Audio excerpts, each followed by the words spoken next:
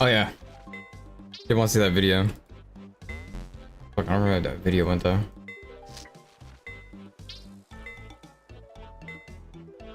Oh, here it is. Is it just me, or has everything in the old RuneScape market crashed? No, it's not. I went and looked. So many things are down right now. Now, some of that is due to, of course, Varlamore Part 3 and the new Delve boss, but even items that are useful there have fallen in price significantly. We're just in the midst of a really massive market crash right now. Today, we're going to talk about it. Now, I don't think it's an exaggeration to say that 99% of items have crashed this month. It's actually wild, and some items are at all-time lows. Let's start off here with one of the biggest ones, and that is the Sanguinesti staff. This thing has absolutely plummeted this month. Now, pretty much all the items we're looking at are suffering from just a general market reduction. There might not be an exact specific reason for it, but maybe people have sold a certain piece of gear off to buy in-market stuff they can use at the Delve boss. But for the Sang staff, not only does it suffer from that, it's not useful at the Delve boss, it's actively been replaced from an item there as well, the Eye of Ayak.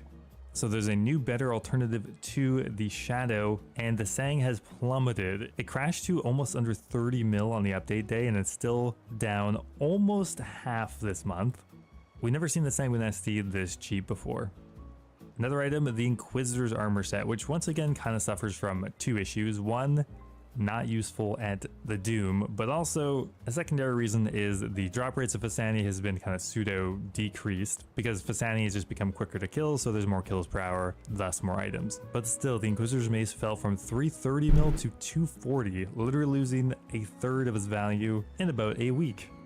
And the armor set did not fare much better, plummeting from 250 down to 170 right after the update. The Shadow is down to 930 mil. I mean, it was already falling, but once people figured out it wasn't useful at Ostoayak, how many synonyms for the Doom boss are there? I don't know. It fell 70 mil this week, which is pretty wild for a mega rare. Oathplate, that was already crashing just from Yama being farmed more. Honestly, didn't crash much more from the update, but the entire set is down to 220 right now. Pretty much all mage gear is crashed. You don't really use it at the Doom. The Ancestral Robe set's down 50 mil this week. Okay, we definitely have to talk about the Cerberus boots. These things were pumped so hard leading up to the update, and literally as soon as it dropped, cut in half. The funny thing is, people knew exactly what the update was, exactly how these boots would interact with the Delve boots. I guess the only unknown was how rare the Avernic treads were going to be. So the Avernic treads are definitely rarer than anticipated, but still immediately the price was cut in half, which is funny.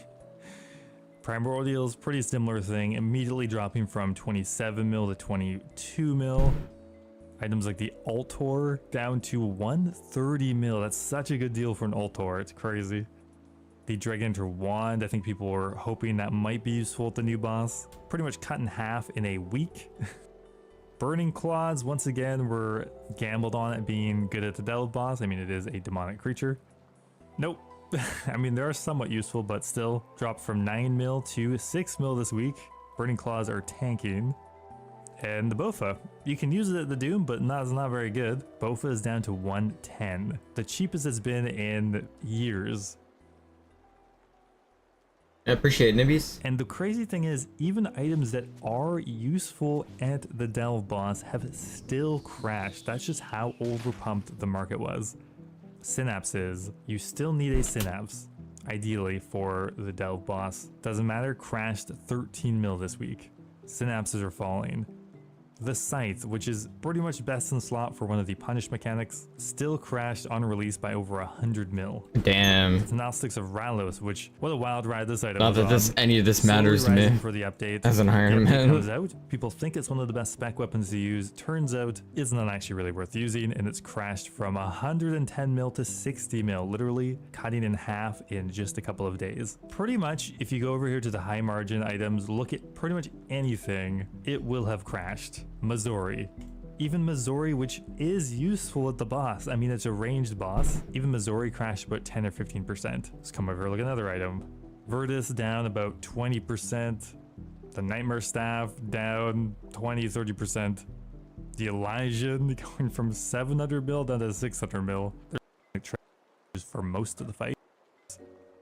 I thought it'd be like talking about the market change rather than, oh hey, everything's down.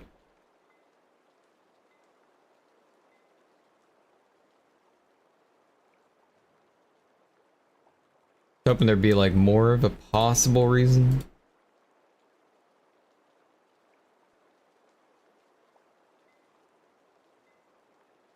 Papa John Schnatter was once the trusted, smiling face of a multi-billion-dollar pizza empire, but one leaked phone call of him using a racial slur destroyed his company and reputation forever, and his response to the backlash could not have been worse, claiming that he spent nearly 2 years in a sort of racist rehab to stop himself from saying the slur. And we've had 3 goals for the last 20 months to get rid of this N-word in my vocabulary and dictionary and everything else. And although this could be one of the worst ways to address a controversy in history, and there is no excuse for using a slur, John constantly tried to convince the world that this was all a calculated setup by people who wanted him exiled from his company. And when you hear the full story, he might not seem that crazy. There are even a small number of OG Papa John's fans who think he is innocent and are campaigning to reinstate him as CEO. One thing everyone agrees on is that the pizza quality was much better when he was still in charge, because today they have seemingly abandoned their promise to make better pizza with better ingredients. Today we are going to assess the crash and burn of John Schnatter's career and reputation to determine if it was all Papa a John's used to be calculated good. setup. John It's really Schnatter good. quickly developed a reputation for being a ruthless, no-nonsense businessman, but to compete with giants like Domino's, Pizza Hut, and Little Caesars, you aren't necessarily going to thrive by being a nice guy. Ironically, his persona to the public was the happy-go-lucky, trustworthy spokesman for the company, which created a difficult-to-manage dynamic between who he actually was and who the public thought he was. John proved his entrepreneurial skills when he saved his father's business from going bankrupt. Mix Lounge in Jeffersonville, Indiana was a local tavern that was desperately in need of a new business strategy in the early 80s, so John took over. We cleaned the pool tables up, we cleaned the food up,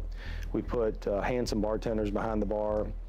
We had a euchre tournament on Thursday. We had a little Kings night on Tuesday. We had a pool tournament on Sunday. Just from the promotion to the food to, we were doing like $2,000 a week, and within 3 months we were doing $10,000 a week and doing $1,000 a week in pool table revenue. And while John has said that fixing the bar was a dream, he actually hated the idea of running bars for a career. I didn't like the bar business. I didn't like all the fights, all the cussing, the drinking, but I loved running the business. John's real obsession was pizza. He fell in love with it while working as a dishwasher at a local restaurant called Rocky's Sub Pub. And I was washing dishes at Rocky's, and I hated washing dishes. And so you weren't allowed to make pizzas unless you were a Fondrisi, Joe John or Frank Fondrisi. So they got a good write-up in the scene. The thing took off.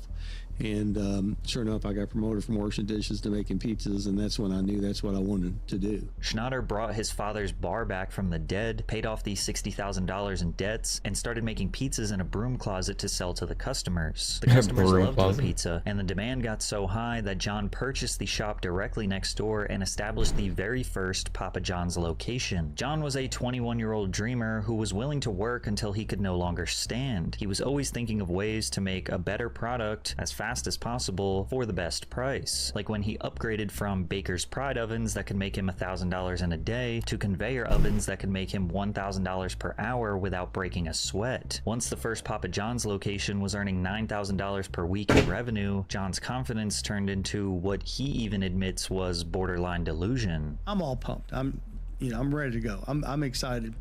We go down to Domino's, which is about 3 miles down the road in Grants Plaza. I walk in there. I'm 22 years old. Sure. We're doing 9,000. Yeah. I said, "What are you doing a week?" He said, "We're doing 6,000 a week."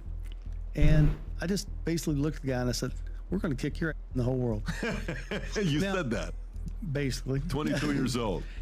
How I thought with one store, because we were whooping them in Jeffersonville, Indiana, we were going to beat them. But I thought that way, which is crazy. John strategically stole the best parts of other great pizza chains to make Papa John's the best of them all. He liked the cheese from Mr. Gatti's Pizza. He liked the sweetness of the Greek's Pizzeria sauce, as well as how they fulfilled a large volume of orders. He studied a local bakery to learn how to get his crust perfect. And he was even an employee at Domino's to learn how to optimize the process from order to kitchen assembly line and then out the door. Love Domino's. It was this obsessive need to make the best product possible, along with a cutthroat business attitude that allowed him to scale from one store to 5 to 10 to hundreds of locations. I think resilience and persistency beats genius and intellect every time.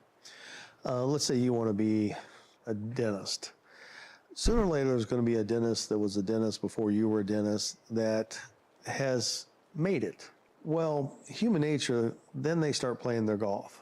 Then they start having their poker game on Tuesday night. Then they start closing office on Friday. And what it does, it gives a young entrepreneur like you that's a striving dentist that wants to be like the other dentist, it gives you that incentive. Sooner or later, if you outwork them, you're going to take advantage of the guy on the golf course. And they all get fat and happy. And so I call it soft. The concept of sitting on the couch, eating Doritos, watching TV, or drinking beer or Cokes, what a waste of life. Maybe the big three pizza franchises doubted that Papa John's could become a real threat, and he was comfortable with being the underdog. However, in 1993, everything changed. Papa John's became a publicly traded company, and after their IPO, they generated $25 million in investment capital, which was plenty of money to open thousands of locations across the United States. This is where the real takeover began. Unlike competitors who used mascots or attractive logos to promote the brand, John made himself the official spokesperson of Papa John's. He came off as humble, hardworking, and honest. He commissioned independent taste tests. Papa John's won big time. Maybe that's because our sauce is made with fresh-packed, vine-ripened tomatoes. Pizza Hut uses remanufactured paste. Anybody can claim to make a better pizza, but it's you, the consumer, who've decided. The advertisements just kind of plainly said, we're better because people think we are better. It's that simple. But Pizza Hut was not happy with these comparisons. They sued Papa John's, but ultimately lost in the U.S. Court of Appeals for the Fifth Circuit, which ruled that the slogan was puffery. The court said Papa John's claims weren't literally false, and thus didn't violate advertising laws. But how much validity was there to the better ingredients slogan? What really makes the ingredients from Papa John's better than those of the competitors? How do you really have better ingredients that make better pizza? I think you said it this way: better ingredients, better pizza, Papa John's.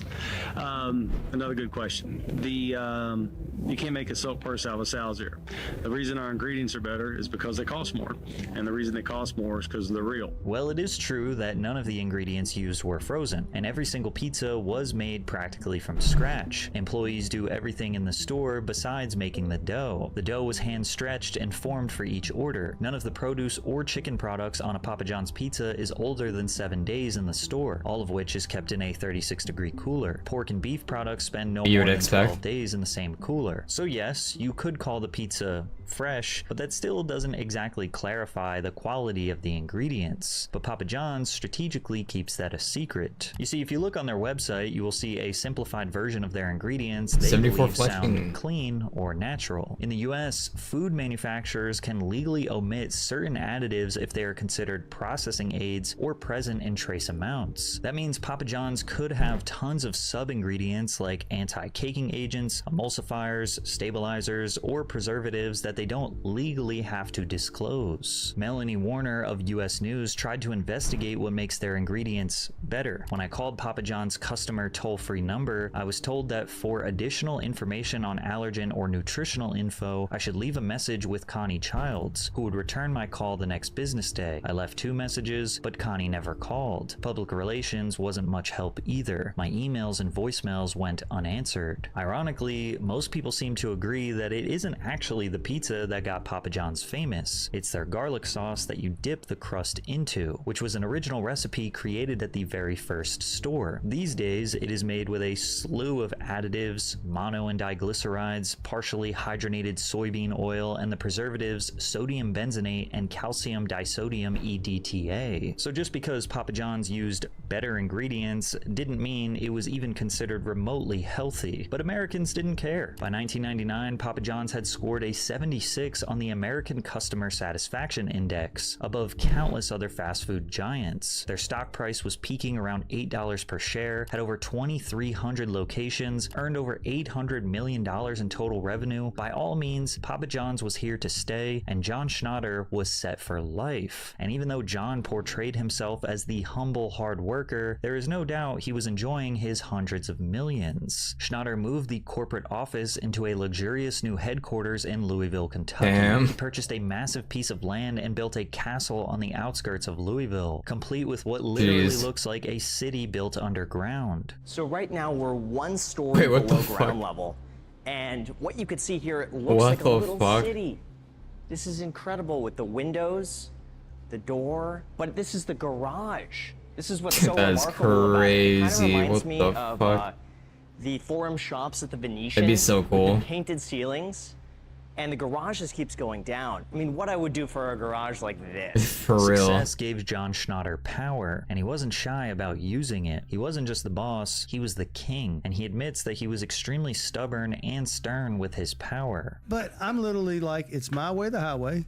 If you didn't do it my way, you know, I was bad. It was a benevolent dictator with an attitude. And although John's leadership and tenacity made for groundbreaking advancements in the company, such as being the first pizza company to accept online orders in 2001, ultimately his inability to do anything other than his way led to a steady decline in the business. After profits dropped 3 years in a row, the board decided it was time for John to step down. In 2005, they replaced him with Nigel Travis, former COO of Blockbuster. But Nigel only lasted 3 years as the head of Papa John's, and Schnatter stepped back into the CEO position almost immediately. Interestingly enough, in the press release announcing Nigel's departure, they wrote, "We are pleased that John has once again agreed to lead the company, albeit on an interim basis, until we can identify a permanent replacement." It's interesting that the company seemed to want to move on from John's leadership, but why? This is the guy who built and led the company to be worth over $1 billion.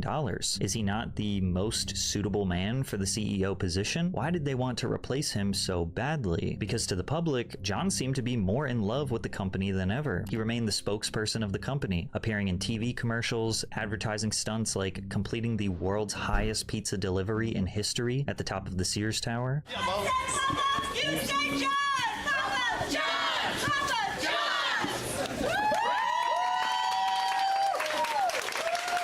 And even throwing half-court shots in front of a sold-out Kentucky basketball stadium.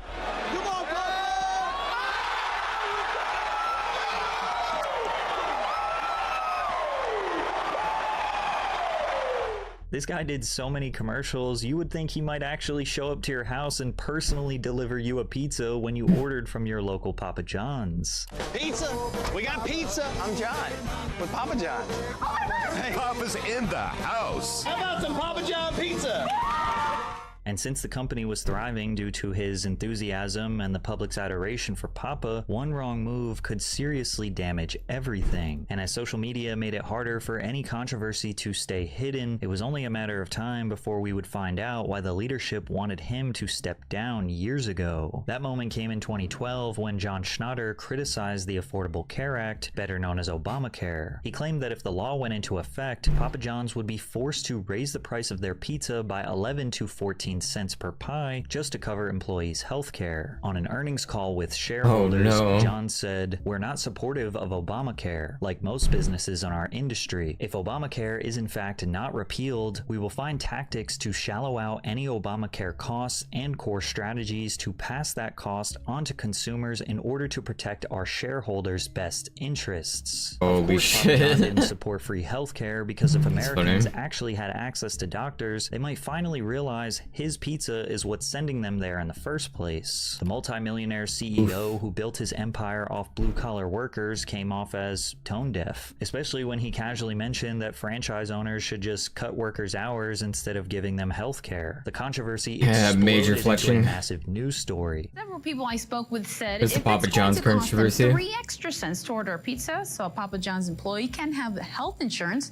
They're fine with that. Others told me it's bad business. Outrage sparked online. A viral Reddit post said, "There's plenty of places to get cheap pizza in the world. Anyone else ready to boycott Papa John's?" This was one of the first moments where the public began to see cracks in the Papa John persona, and what you will notice is that both of his next major controversies happened almost the exact same way. Keep in mind that his Obamacare comments were made during an earnings call in 2012. Earnings calls are often recorded and transcribed for transparency. These calls can be described as semi-private. They're not necessarily public-facing, but they're usually accessible to a wide range of people: investors, analysts, other employees. So if a CEO says something controversial during one of these calls, it only takes one person to share it with a journalist, blogger, or TV personality for the whole world to know about it. John couldn't help himself but let his personal politics bleed into the conversation. Obamacare was a deeply divisive topic at the time, and that's because any attempt to create a somewhat reasonable healthcare system in the US has been a massive hot button issue. Then again, most of the opposers are not regular hard-working people, but rather rich oligarchs who are ultimately the ones that will lose billions in profits because they have been taking advantage of citizens for decades. John clearly valued corporate profits over what many see as a fundamental human right, and it may have upset someone who was on the inside. It'd be nice if it was a fundamental human right. The way this information exploded into the press so quickly felt almost surgical, as if someone who was on the other end of that call wanted the world to hear exactly how out of touch John really was. And this wouldn't be the last time something he said in what he thought was a private setting would make headlines, because in 2016 his political comments about the NFL would cause even more public outrage. In 2016, racial tensions in the United States were reaching new all-time highs. Many communities were still processing the acquittal of George Zimmerman, who shot 17-year-old Trayvon Martin while on neighborhood watch. We started seeing more funding for police body cams to ensure safety for both officers and citizens, and the divide led to the establishment and worldwide visibility of the Black Lives Matter movement. Black Americans weren't just frustrated, they reached a boiling point for generations of injustice, and millions were tired of staying silent. One man who joined the protest was San Francisco 49ers starting quarterback Colin Kaepernick, who refused to stand for the pregame national anthem and instead chose to sit. There's a lot of things that need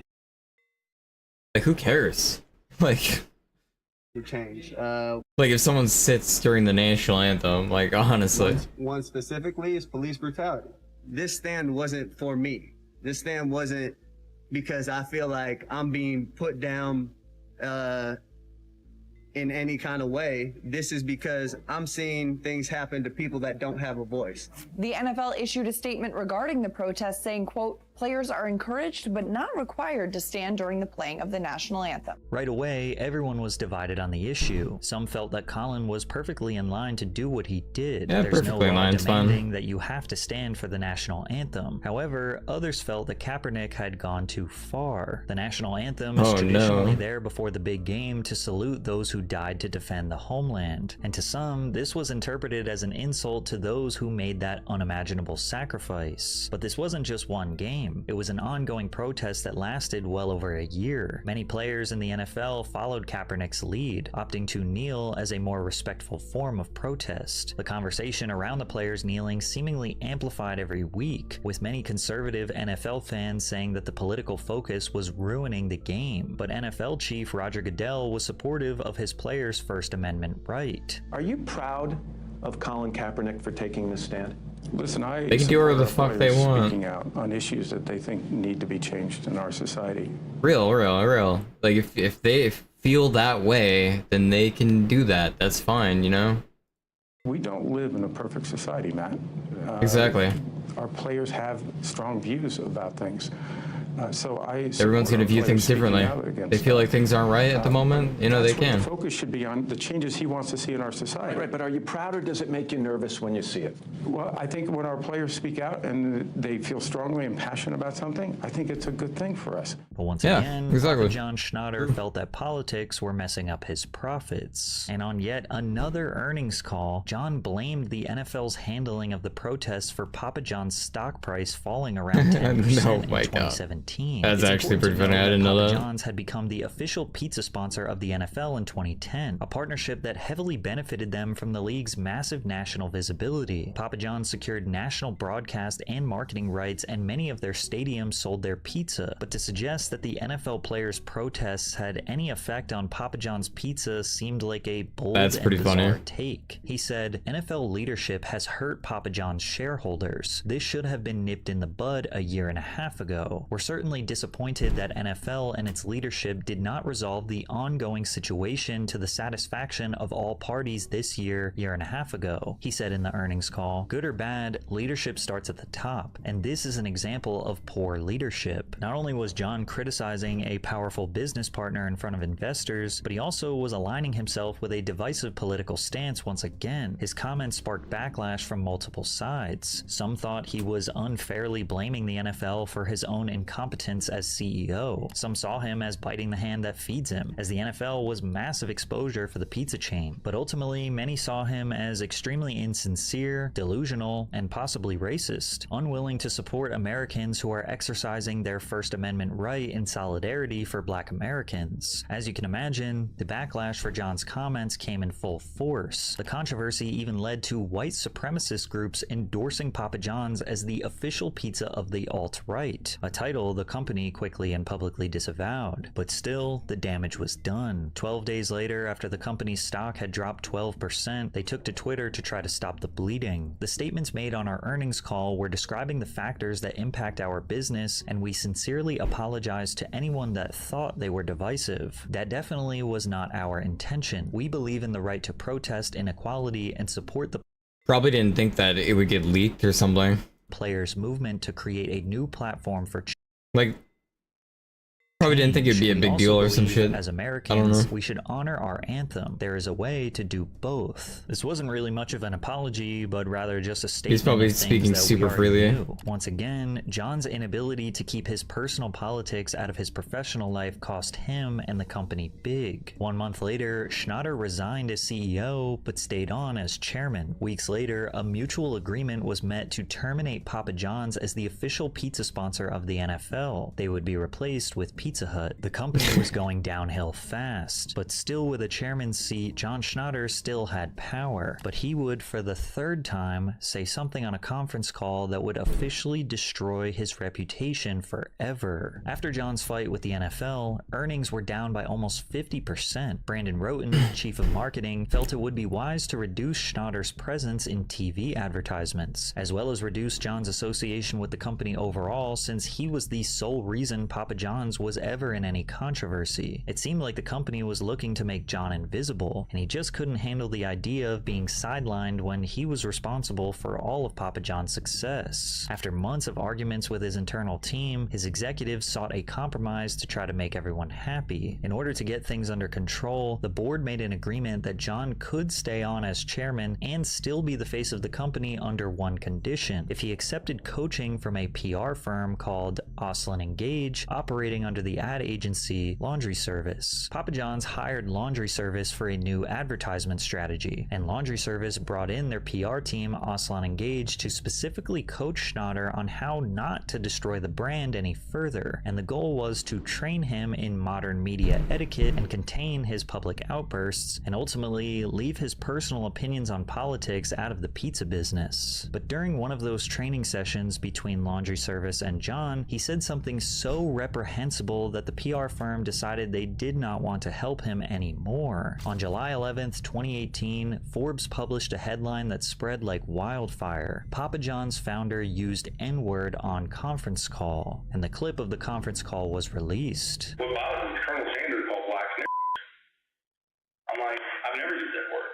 And they get away with it. This was now the third leaked phone call that made headlines. On the call, John and the PR firm were discussing his response to the NFL controversy. His suggestion that Colonel Sanders used to say the slur came off as deflective to his own offensive behavior. Sanders' grandson, Trig Adams, responded to John's comments saying, "He's a weasel. Because he's prejudiced, he's trying to say somebody else was too." Sanders had absolutely no prejudice against anybody. There were a few people that initially tried to defend John, saying that his use of the word was actually him calling out racism, which, even if it was, this was a terrible way to express it. Him claiming that he never used the N-word in the same breath that he just let the slur roll off his tongue seemed delusional. And in the same day news broke that John said the slur, he resigned from the Louisville University board. The Cardinals Stadium announced they would be removing the name Papa John's Stadium. The MLB cut all ties with the pizza chain, and Schnatter resigned as chairman of Papa John's. This was the official nail in the coffin for John's career and reputation. He issued an apology that nobody took seriously. News reports attributing the use of inappropriate and hurtful language to me during a media training session regarding race are true. Regardless of the context, I apologize. Simply stated, racism has no place in our society. But John didn't believe what he said in that apology. He actually did seriously believe that the context of this conversation was extremely important,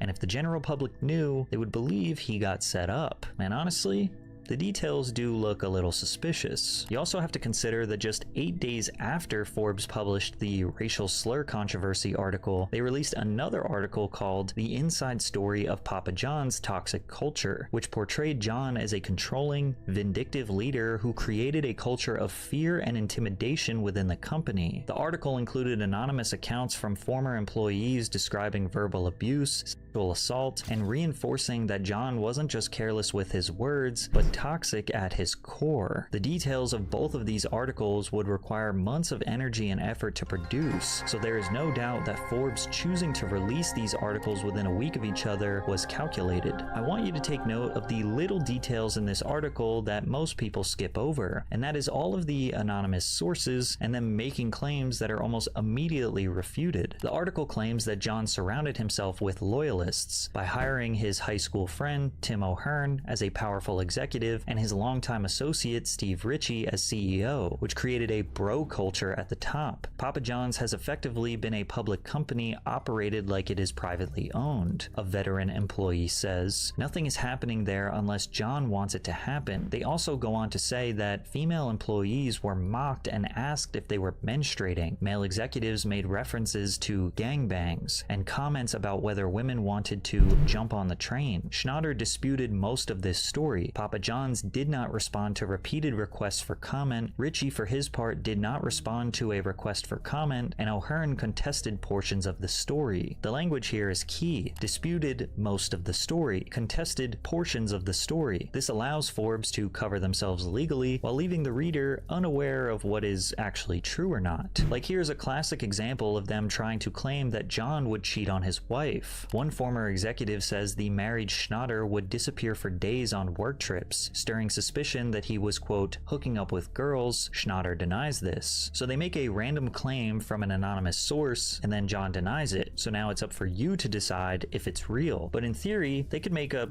anything with anonymous sources and just let John deny it. Ironically, they even tried to pit executives against him, but it didn't work. Schnatter remained chairman, but was relocated to offices 20 minutes away, where he fought for control, contesting everything the new CEO did, and forced board members to choose between him and his CEO. When Forbes asked Nigel Travis about it, he denied, stating, "Most of the time, John and I had a very cordial relationship." Here's another example. Over time, Schnatter started to visit the main campus more often to learn what was going on. He allegedly recruited Papa John's employees to spy on their colleagues. He read workers' emails, according to two sources with knowledge of the episodes, and sometimes conducted business from disposable phones. Schnatter denies that he accessed emails or recruited employees to spy spy on each other. Every claim they make is immediately refuted. They even had an extreme lack of evidence hinting at alleged sexual misconduct in the workplace, but published it anyways. During the trip, there was an incident with a 24-year-old female Papa John's marketing employee that resulted in a second confidential settlement and the employee's swift departure. 3 sources tell Forbes they know of additional settlements between Schnatter and women involving inappropriate conduct, though details could not be confirmed by publication time. A female employee says that Schnatter asked about her bra size and whether she'd slept with her previous boss, and that he never let her pass in a...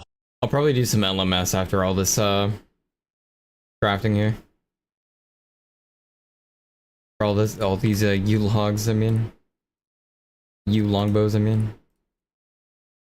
hall without giving her a hug. He denies this. It's going to sound like I'm vehemently defending the guy, but this type of reporting does seem hard to take seriously, especially from a major publication like Forbes. So there was an incident with a confidential settlement, but the details couldn't be confirmed and John Schnatter denied. So we don't know what happened, why it happened, who it happened to, or how it was resolved. So why was that information published? The most interesting detail most people skipped over was no sources cited in this article approached us. All were contacted directly. So a 30-year-old multi-billion-dollar company with thousands of employees watched their CEO get into multiple major public controversies and allegedly had created a toxic workplace of fear, spying, and misconduct, and yet nobody approached the media to tell their story, but rather the media came to them looking for the inside scoop. And even still, at John's lowest moment, they couldn't get one person out of the hundreds of thousands of people that worked for Papa John's to publicly confirm any of their claims. But the general public did not focus on these details. To most people, John was a racist, a toxic ruler of a pizza empire, and possibly a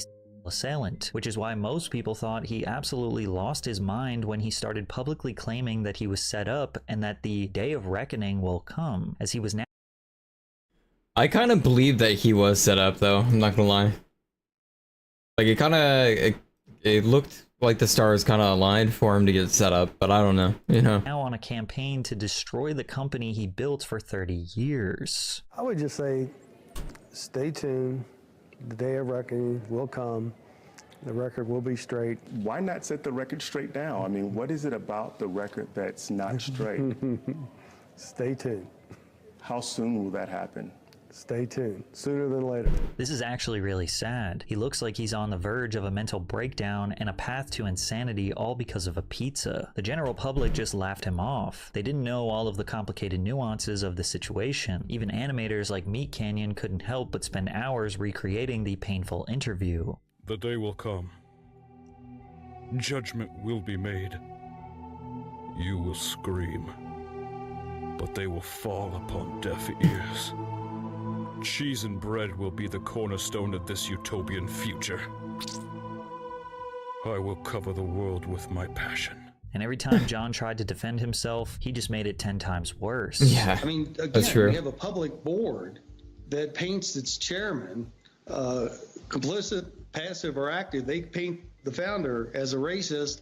They know he's not a racist. It's just unbelievable. And I used to lay in bed just going, how did they do this? And we've had 3 goals for the last 20 months to get rid of this N-word in my vocabulary and dictionary and everything else because it's just not true. Figure out how they did this and get on with my life. John didn't realize how stupid he looked that he was claiming to be set up and falsely painted as a racist, and in the same breath saying that he had to spend 20 months removing a racial slur.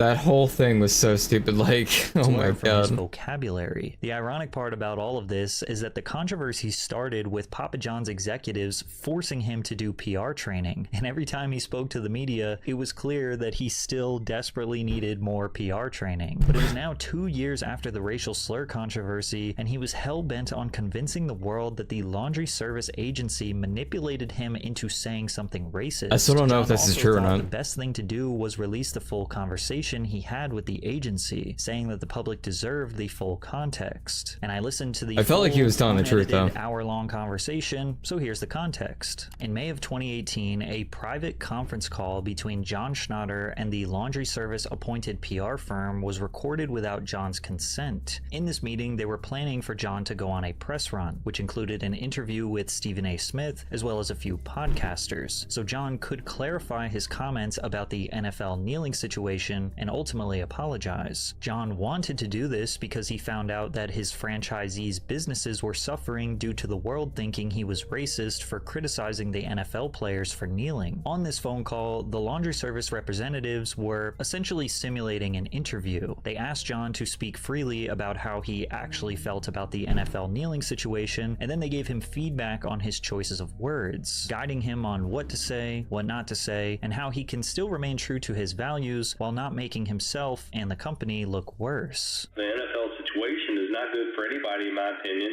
and I would have said it differently, so that in a way, certainly not to defend anybody that's kneeling, but to not further inflame the situation which I despise, which is the division of the country. That's how I would say it. Is that gonna hurt you guys? I don't think it will hurt us, but I do think, if possible, we need to come up with some way to say that I would have acknowledged how the reason that people were protesting being an important thing we have to fix in our society, something like that. Yeah, I think you lead off with exactly how I said it in the meeting. I wouldn't change what I said, but I would change how I said it. And then what I mean, I can say that. What do I mean by that? You tell me. Yeah, what I mean. How would I say it differently? All we can just give him. I think you would have given more explanation or call out exactly who you were targeting or call out exactly what you were referring to so that it didn't get misconstrued.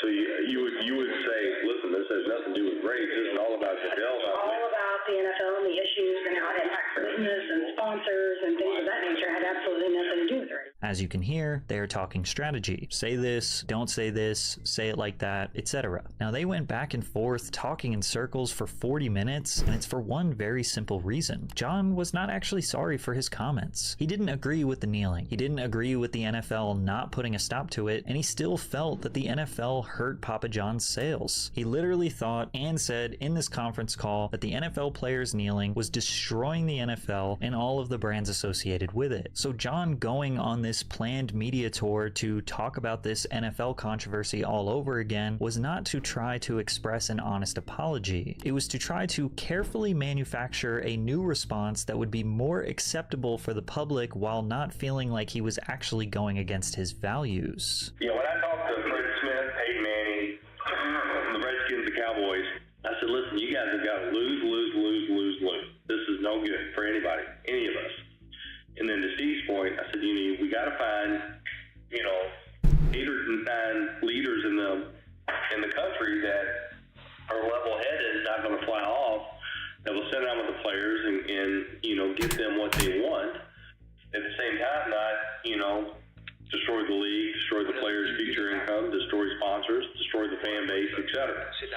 So you might, I like Steve, that's the truth of it. Lose, win, team up. And the whole time I was trying to get this matter resolved. So you might run with that one because that is the way I talk. Yeah, because you're trying to provide a platform that has solutions for the players, solutions for the owners, and solutions for all the partners that are associated with the league. And that's what the NFL had created for years, and they had I can't tell what's going on. What you want to do is try to help for all folks that have different kind of issues that you're trying to solve for. And it was a problem that could be solved that unfortunately the leadership was not there. And as a leader of my own company, I want to try to help another leader solve the problem.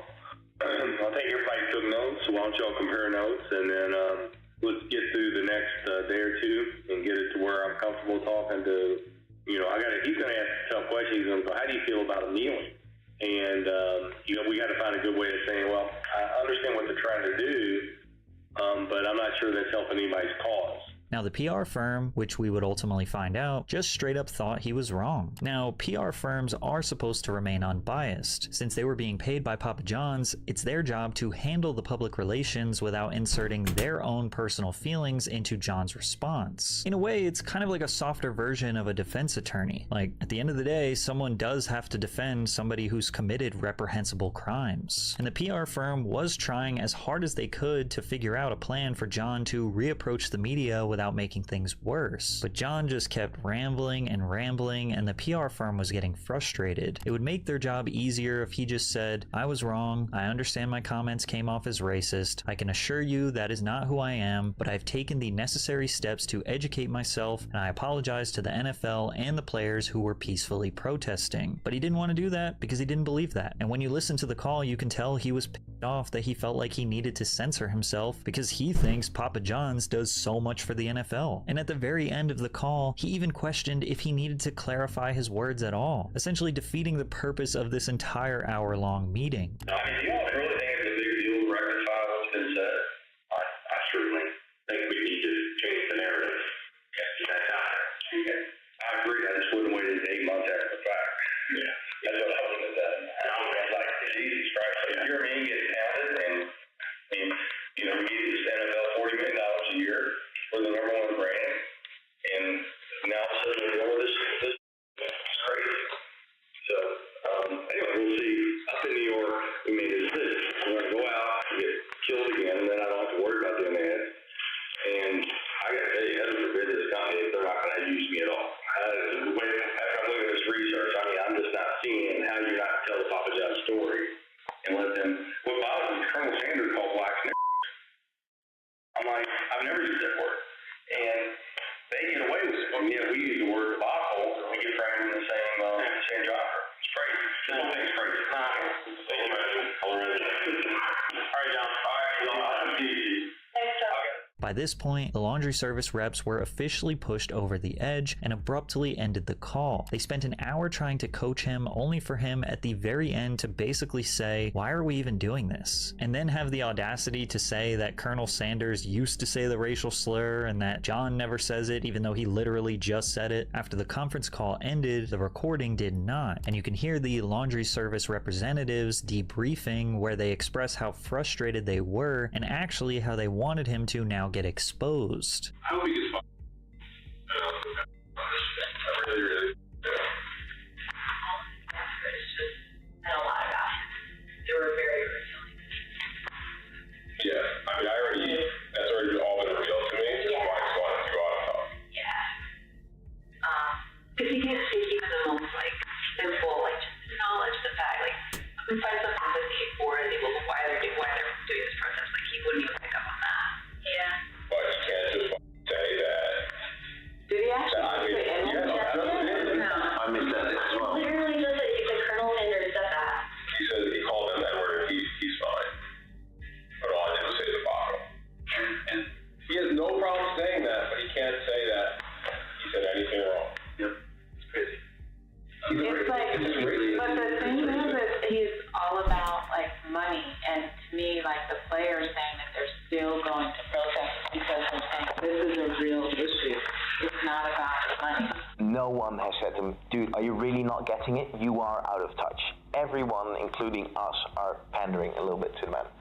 No one is saying, "You are actually out of touch. You cannot say these things."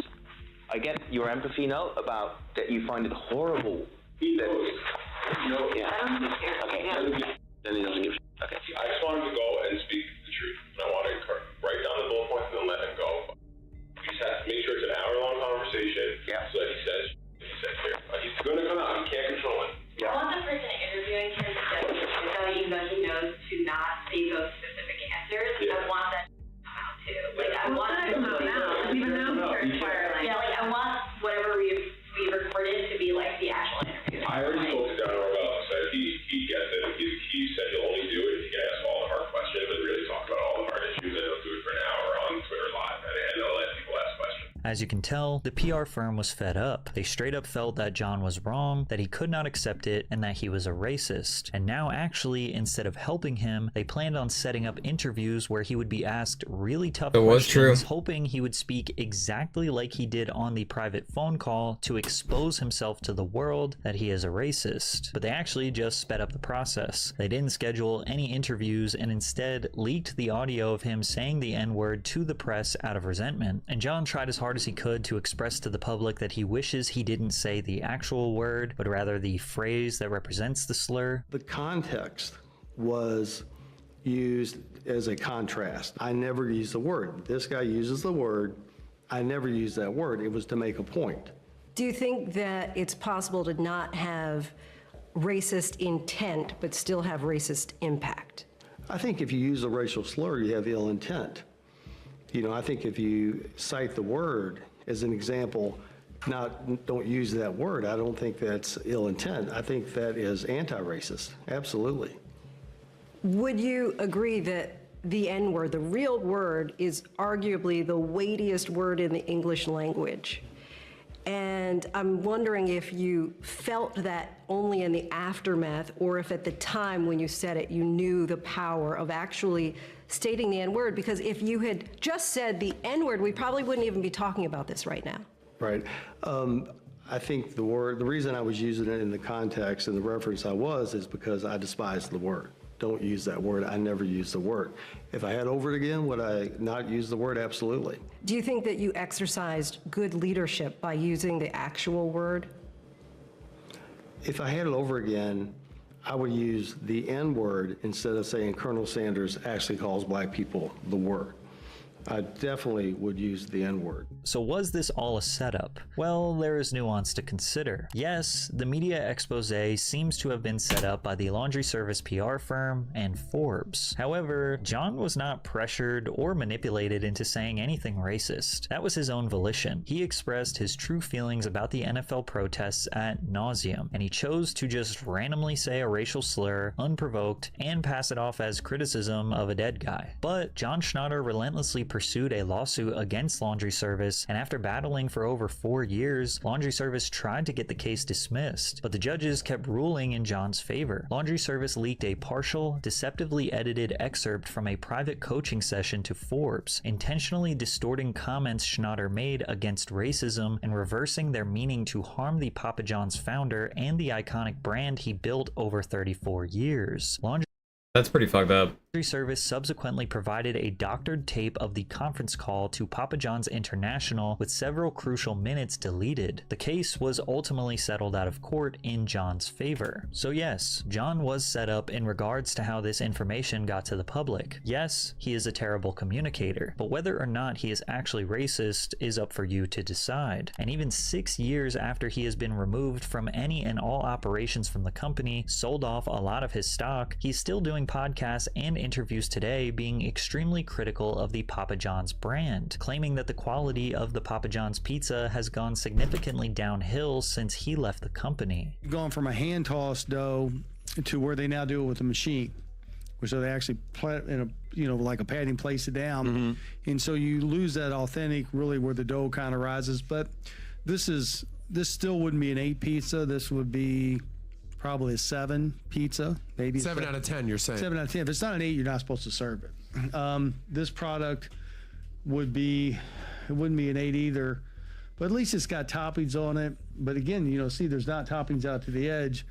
But if I'd have been CEO and these would have come, this would have been a huge disappointment. These would have been sub 7 pizzas.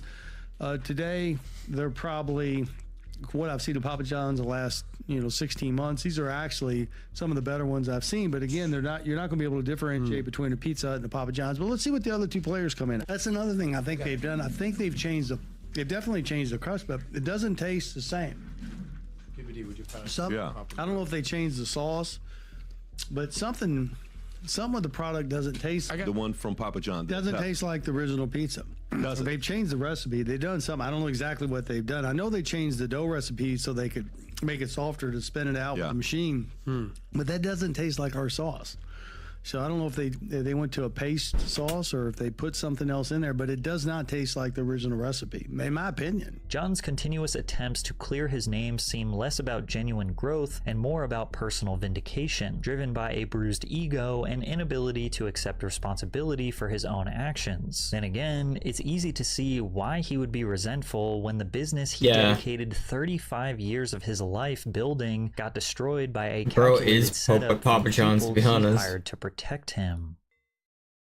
It'd be hard not to have a vendetta against people who set you up against your own company and shit. Like, that's crazy. I always felt like he was telling the truth on that, you know, that story though. Is he racist though? Like, I have no fucking clue. He could be. I don't think he is, but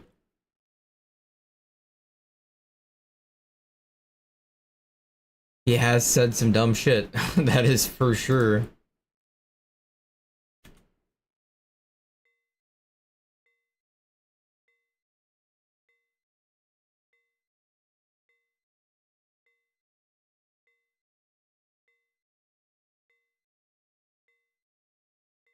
Cartoon Network, a legendary TV channel known Cartoon Network used to be good. Cartoons. Adventure Time, Regular Show, Samurai Jack, Gumball, The Powerpuff Girls. Man, goated, all goated. On and on. That had Nettie. Nickelodeon, I see you, and Lord knows you got some incredible shows. But I think we all know who wears the crown here. But what if I told you there was a time when Cartoon Network lost its way, and for some reason decided to make live-action shows? My God, you're called Cartoon Network. What were you thinking? First Canadian tunes, and now this? Oh, watch out, she's gonna blow!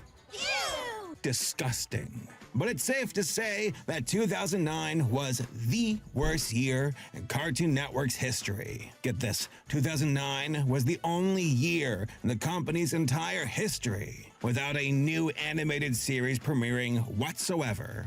Now, that might not seem as crazy by today's rock-bottom standards of shows getting canceled left and right, but at the time, this was a major issue for a TV channel that became synonymous with animated shows. So that begs the question, what led them to this lowly point?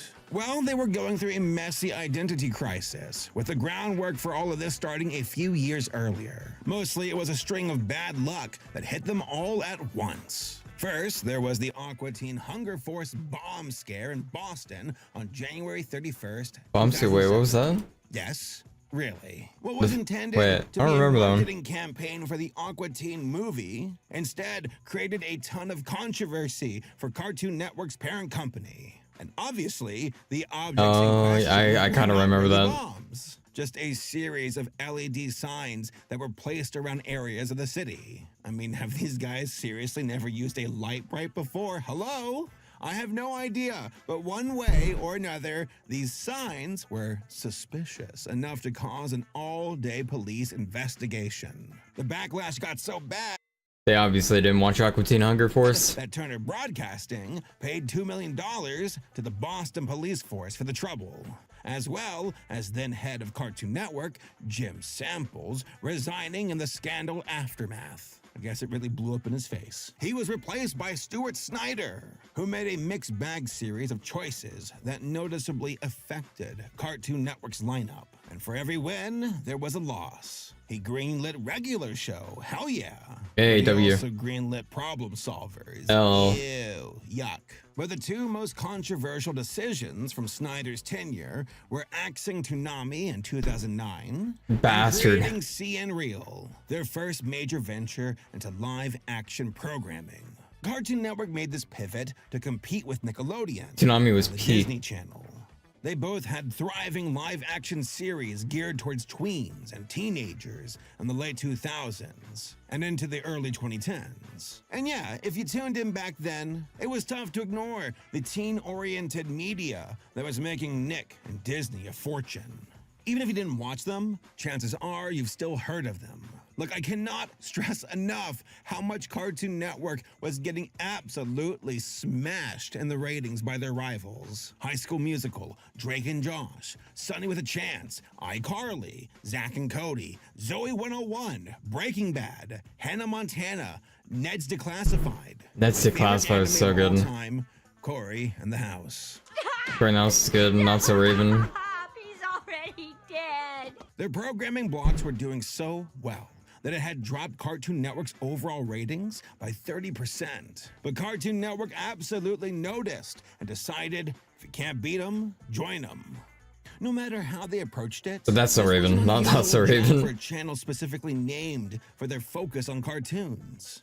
But the ratings did not lie. They would need to find a way to appeal to that weird sweet spot of their target audiences, who think that they're too old to watch cartoons. And rather than get left in the dust, Cartoon Network would have to apply their own spin on things by creating gimmicky live-action shows to draw audiences back. The timing for this move was especially difficult to work with too, with nearly every major step in developing new shows hitting another wall. Their original plan was launching a series of teen-oriented sitcoms to directly compete with Nick and Disney for their audience share. But that stopped once the 2007 writer's strike happened, lasting for 4 months from November 2007 to February 2008. Yeah, not starting off on the best foot here. Cartoon Network did their first major pivot, shifting from sitcoms into 2 different genres: reality shows and game shows. That fixed their writing problem for the most part. But they would have to think outside the box and experiment with doing scrappier, more hands-on programming. And by that, I of course mean they'd have to rip off popular shows from other networks, alter them for a younger audience, and see what sticks. All of this brings us to, drumroll, CN Real, a short-lived and ill-advised venture into live-action TV shows. Genuinely, a midlife crisis is the only honest way to explain how it came to exist as a programming block. And spoiler alert, it didn't work. Whatever, it's 2009! Folks, I'm not looking forward to this one. I was there for this one. And let me just say up front, I never watched it. Finding complete episodes for most of these shows. So prepare for a lot of Google images, okay? As far as I can tell, none of them are available for streaming at this point. So all of the footage I found to discuss them came from re-uploads. So apologies for the inconsistent quality here, folks, but it is what it is. So with all of that out of the way, it's time to get real and see what CN Real had to offer. Real quick, this video is brought to you by Fume, the leader in flavored air. Folks, it's July. Yes, it's humid and I hate it. I bet you all can already smell the grills and the charcoal grills. Yes, and also the propane grills. I'll tell you what, with these summer vibes... Papa John's guy? Yeah, he definitely had bad opinions. Like the healthcare thing, the stadium thing. Award-winning flavored air device that can help set you on the path towards But he definitely did get set up, like, entirely void of nicotine. based on all the information there, he did get set up. Anywhere. It works by pressing the device to your lips, drawing air into your mouth, not your lungs, and getting a taste of Fume's tasty flavor cores. With crazy flavors such as raspberry lemon, cinnamon hearts, and my personal favorite, orange vanilla. And you can completely customize your journey to better habits. And all of these flavors taste pretty damn good. Listen to how satisfying this device sounds too. I love it. I use this in my recording booth like all the time for like fidgeting. I love it. Sometimes I have to remember that I'm recording audio for videos. Otherwise, I'll just keep fidgeting with it. Like seriously, all the time. I have to, I'm ADHD 100%. I have to stem all the time. It also feels great in my hands. It's really durable and premium feeling. Fume is continuously investing in third-party studies to ensure the safety of their products, especially when it comes to their plant compounds that make up their flavored cores. And they are always committed to funding more. So if you're ready to join over 500,000 others that have made the decision towards better habits, then now is the time to give Fume a shot. For a limited time, if Do you not smoke it? tryfume.com I'm so confused. /Saberspark and use my code Is it just like a Saberspark, fidget toy? you get Like an what? awesome free topper when you order a Journey pack. I actually have one right now. I chew on it all the time. Again, that's tryfume.com chew it? /Saberspark or hit So up the confused. QR code on the screen. Thanks to Fume for sponsoring our video. And now, back to the video.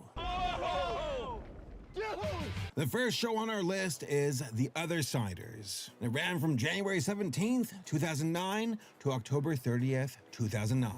Their premiere series for Cartoon Network Reel already took things in an unusual direction.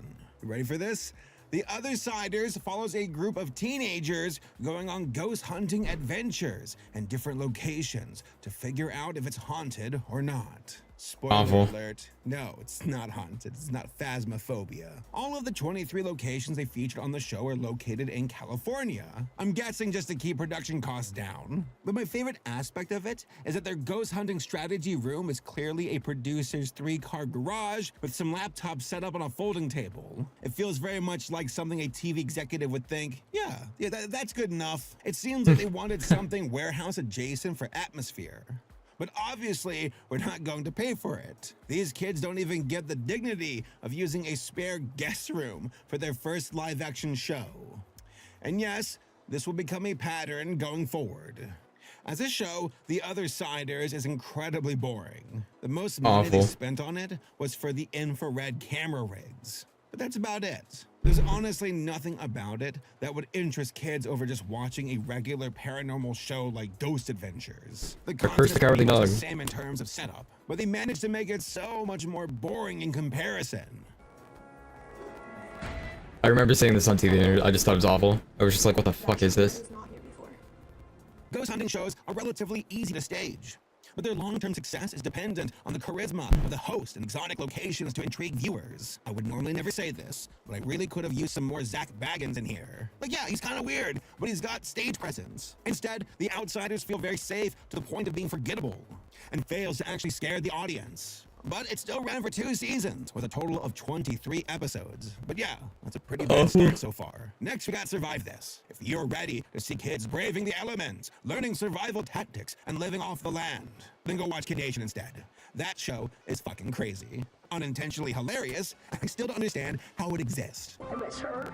I miss my mom. I'm gonna have soda saloon. Drinking root beer and get it off my mind. But if you're looking for something less unhinged, Cartoon Network Reel put out a clone of Survivor and called it Survive This, which sounds vaguely threatening, but okay, whatever, let's go. Right from the start, the vibes are totally off here. The first episode opens with a staged bus crash, resulting in 8 teenage passengers teaming up to adapt to the wilderness surrounding them. So we're talking hunting, gathering, foraging, building a fire, finding shelter, the whole shebang. Alongside them sometimes is this dude named Les Stroud. He's a Canadian survival expert who had his own wilderness show called Survivor Man, which ran for 8 seasons. He functions as a guide and as the host of Survive This. He's also there to be weirdly threatening towards the contestants to make things more interesting and intense. That wreckage is now off limits. What you pulled from it is what you have to survive with. And just so they know I'm serious. What the fuck? Out of all of the shows on this list, Survive This is probably the biggest bummer of the entire lineup. I would be shocked if the kids involved weren't given some kind of compensation for therapy afterwards. Every single one of them looks absolutely miserable. They're clearly sleep deprived, hungry, and minutes away from crying. Even the elimination process feels needlessly harsh. They only happen once their spirits are broken enough to make someone volunteer to leave. What's that, you give it up? Then get the fuck out of here. They shot 13 episodes in season 1, but only 10 of them made it to air in the US. You can buy the full season if you buy it on Apple TV+. But I otherwise couldn't find it on any other major service in the US. But if you have a Canadian VPN though, you might be able to see both seasons. Next, we got Brain Rush. Okay, so genuinely, this show is the strangest on the list. 75 fletching. Involves teens riding on roller coasters and having to answer trivia questions at the same time. And if that wasn't enough of a wacky twist for you, they only find out they're on a game show after they get on the ride. Is Vin Diesel an actor or a product? Actor! Does Tom Brady play? Yeah, that sounds kind of fun though, not gonna lie. So if you've seen Cash Cab before, it's pretty similar to that. But Not to now with watch, more but to do. streaming. Contestants go through 3 rounds of increasingly harder questions and more intense rides. The prize money per question increases each round. And if one of them makes it to the 3rd round, they can potentially win a cash prize of $5,000. Now, this one definitely feels the most gimmicky, because the gameplay is based around delayed response times from the roller coaster speed distracting players. But like, I don't know, there's really only so much you can do with There's no something this substance there. specific. The It's budget really for the like a show thing that would is be fun to do, but not to limited watch, in you an know? obvious way. Most of it seemed to go towards theme park tickets, shooting permits. There's just and the no host substance. having a huge wad of cash on him the whole time to reward contestants. It sounds more like a Mr. Beast episode or something. Honestly, Brain Rush would have probably felt more at home on something like the Travel Channel, because at least then it could possibly focus on reviewing different coasters and theme parks at the same time. But no, even that sounds a bit too complicated. Brain Rush was filmed on location at Knott's Berry Farm in California, but only aired for 6 episodes before being canceled. There were 2 sites that have re-uploaded most of the episodes, YouTube and the Internet Archive. Notably, they're both missing episode 4. But independent of those versions, the show is now considered lost media. Next, we have Destroy, Build, Destroy, which is easily the best received and longest lasting show from the CNN. Seriously though, chat, save your favorite stuff from the internet because it will not always be here. Alright? It's not always gonna be internet archived, you know, someone's gotta internet archive it. You know, not everyone's gonna download a YouTube video that has, you know, 1,000 views on it as like an example, you know. That shit could be gone tomorrow and no one else would be able to find it. It'd be lost media there and then. Lineup. I gotta say, Destroy, Build, Destroyed had a pretty interesting premise. 2 teams of teams dismantle a piece of machinery and build a vehicle from the wreckage. Whichever team wins a challenge using their vehicle gets to destroy the losing team's project. Now, this is a pretty specific setup for a show, but I think the odd premise really helped it to stand out compared to the other shows. Now, it might have been weird, but Destroy, Build, Destroy was their most original idea. I found an LA Times article about the concept, possibly being inspired by the Discovery Channel show Monster Garage. There's definitely some parallels, but honestly, I'm gonna give it a pass, because the gimmick of destroying stuff takes center stage above everything else. The entire series was shot in the desert, probably so they wouldn't have to worry about property damage or noise violations. And it seems like most of their budget came directly from buying broken down cars at the dump.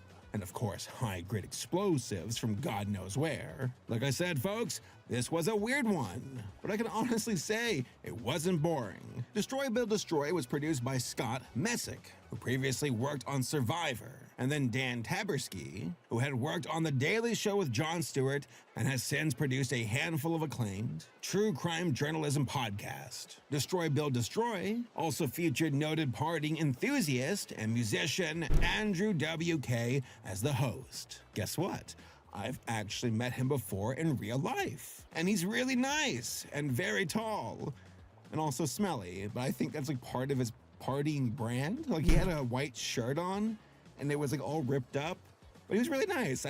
He was a cool dude, and he loved to party. It seems cool. And he loved Pinkie Pie. Anyway, the biggest plus I can give for DBD is they know the right way to get kids excited about learning STEM subjects by blowing shit up. Is it over the top? Absolutely. But it worked, goddammit. Destroy, Build, Destroy probably would have made some more sense on Discovery Kids, but hey, for what it's worth, it's kind of fun.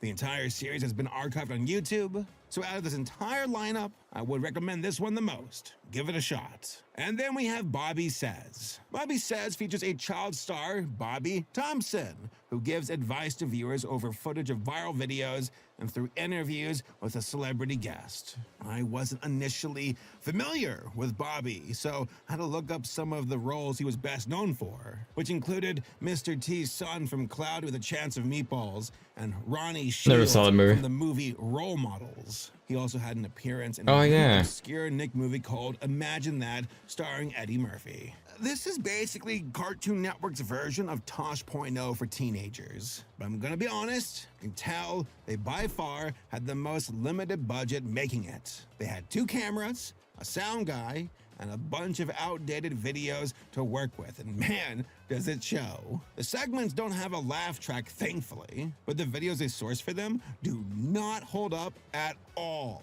It all looks like it's from 1992. Like they're the leftovers from the cutting room floor of America's Funniest Home Videos, featuring nothing that modern kids would care about. Plus, you can absolutely tell the writers gave him very little to work with. The pacing is painfully slow too. Just a ton of dry-ass cake with no frosting here. 2/3 of the CN Real lineup barely made it through season 1, with Bobby Says having the briefest shelf life of all, airing only 6 episodes before being canceled. And now this series was easily the toughest to source for videos for the lineup. It's not streaming anywhere, and the only episode I could find was episode 1 on Internet Archive. And then we got Dude, What Would Happen?, which was essentially a PG version of MTV's Jackass. Not to mention it was the second longest running show that made it past the CN Real curse. 3 teen boys, Ali, Jackson, and CJ, come up with a wide variety of scenarios to try out in real life. It can be simple, like leading a horse to water, or incredibly specific by making cool outfit designs using a flamethrower. Yes, that really happened. Dude, I'm on fire! The flames are so high that I can't even see anything. An honest question here, what was Cartoon Network's Explosives budget for all of this? Granted, I don't think it's a coincidence that their 2 best performing shows feature fire and destruction. But did they have to call in the ATF for this? Because it really feels like a lot. Dude, What Would Happen had all of the violence and absurdity you would expect for a show meant for preteen boys. But it lacked the genuine chemistry between the cast and crew that made Jackass so memorable. Now this show is probably the most ahead of its time though, because many of the stunts they pulled would work even better on a site like YouTube. Like Mr. Beast and all of his guys, this is what they basically do nowadays. Each of the main guys feel more like modern YouTuber stereotypes. They're loud, obnoxious, constantly mugging for the camera, and willing to do a lot of reckless stuff for views. But Dude, What Would Happen feels different because of the amount of network money put behind it. Plus, I can see the appeal. They do a lot of destructive crap that most parents would hate to see their kids recreate. They do the whole, kids, don't try this at home disclaimer. But come on, you know kids were causing havoc in the backyard after watching this show. Give me the lighter gas can, I got this. But one thing I could not ignore was the crew involved. There's a lot of lingering adults in the background wearing lab coats who are obviously there for safety reasons, but they don't really get to become characters in the show as far as I can tell. Every single bit is oriented around the guys doing weird stuff, and sometimes a lab dude pops up for a few video frames. This show is loud and can be annoying at times, but they knew exactly what their audience wanted. Too bad that wasn't the case for the rest of the lineup. See the premiere of Destroy, Build, Destroy, Saturday, June 20th at 8:30. Part of the brand new CN Real. Yeah, I remember seeing trailers for that all the So time. that leads us to the main question of this video. What went wrong? To me, the biggest issue with this kind of programming block is due to Cartoon Network's identity as a company. Both Nick and the Disney Channel have had a wide variety of cartoons and live-action shows airing on them since But it was about the cartoons, it was game peak. shows, sitcoms, sketch comedy. Both of Cartoon Network's competitors had the chance to experiment with other formats in a way that did not feel forced. But Cartoon Network's branding is kind of a double-edged sword. It's strong and memorable, being cartoon-centric from the start. But they committed to that mission so effectively that their identity was tied to showing cartoons, but not much else outside of that. So anything that deviated from that formula was going to be received differently by audiences. Many of these shows were critically panned and short-lived. Fans disliked them, critics hated them, and with a few exceptions, they're surprisingly hard to find online. Despite that, I wouldn't say all the concepts they tried out were bad ideas exactly. Okay, fine. Mostly, but not entirely. Some good did come out of it. I noticed quite a few comments on episode re-uploads for Destroy, Build, Destroyed, stating it got them into studying engineering as kids, which is very cool to hear. But outside of that, CN Real remained unfocused and lacked the wide appeal needed to last multiple seasons. Mostly, it was just a really confusing move by the company as a whole. After going over all of the shows, I think it's pretty clear what the biggest issue was here. So many of these shows were just so boring. The majority of the shows involved in seeing real felt too derivative and safe to really stand out on a channel known for having a ton of personality. Instead, they just went with every predictable trend from the time period, but managed to make them boring. Only 2 of the shows included in Seeing Real lasted for more than 1 season. Dude, What Would Happen, and Destroy, Build, Destroy. Both of them made it to 37 episodes in total, and eventually came to an end on the same day, September 21st, 2011. Even if they felt out of place on Cartoon Network as a whole, there was enough of a hook there to keep viewers engaged with the premise. If you're gonna use basic cable money for violence and explosions, let alone on a show intended for children, hey, you might as well.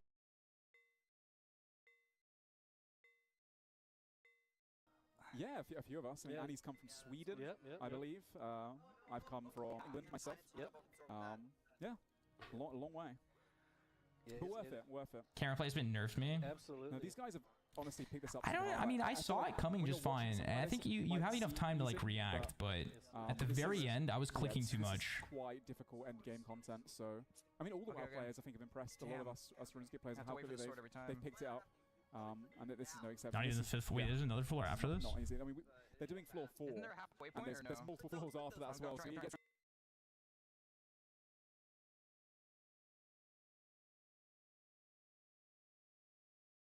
Holy shit, I'm almost done. I'm finally almost done, chat.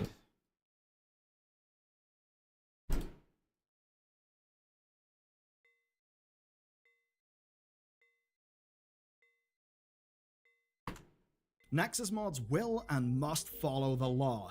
That's a direct quote, it's a fun quote, and it's also why Discord currently wants to scan your face for seeing anything not safe for work, even if it's just a meme. And the thing is, this is not scaremongering, this is not dystopian fiction, it's actually happening right now, and on July 25th, it will become law. Law that's actually got teeth. As an example, Steam could lose $2.5 billion over a simple checkbox. That's 10% of their global revenue, and it's all because they ask, are you over 13? Instead of scanning your ID. Scanning your face. But even before the law goes online, I have a totally different example of this literally killing a game. Here's one called Urban Dead. It's an online zombie survival game. It ran for 19 years, and then the Online Safety Act killed it. Not hackers, not bankruptcy, no, fear of an $18 million fine. Damn. And that is what the Nexus mod owner was talking about when he said that basically, the law is the law, and the site must follow it. Sites will need to fundamentally restructure themselves and change how audiences interact and share content online. Because if they don't, they will face financial obliteration. And make no mistake, this may be starting in the UK, but it is already spreading.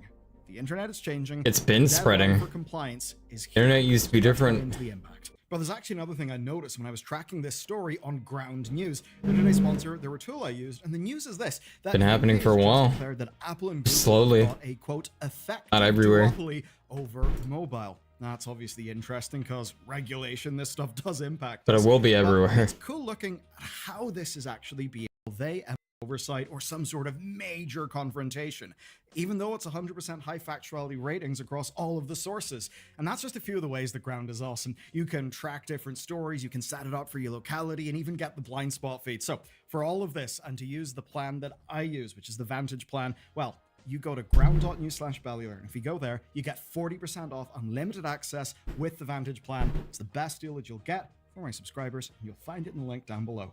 Okay, July 25th, that's the deadline, and that is when companies must comply with the United Kingdom's Online Safety Act. And this means the services they offer will have to change, all because of this new UK legislation. What's the big focus then?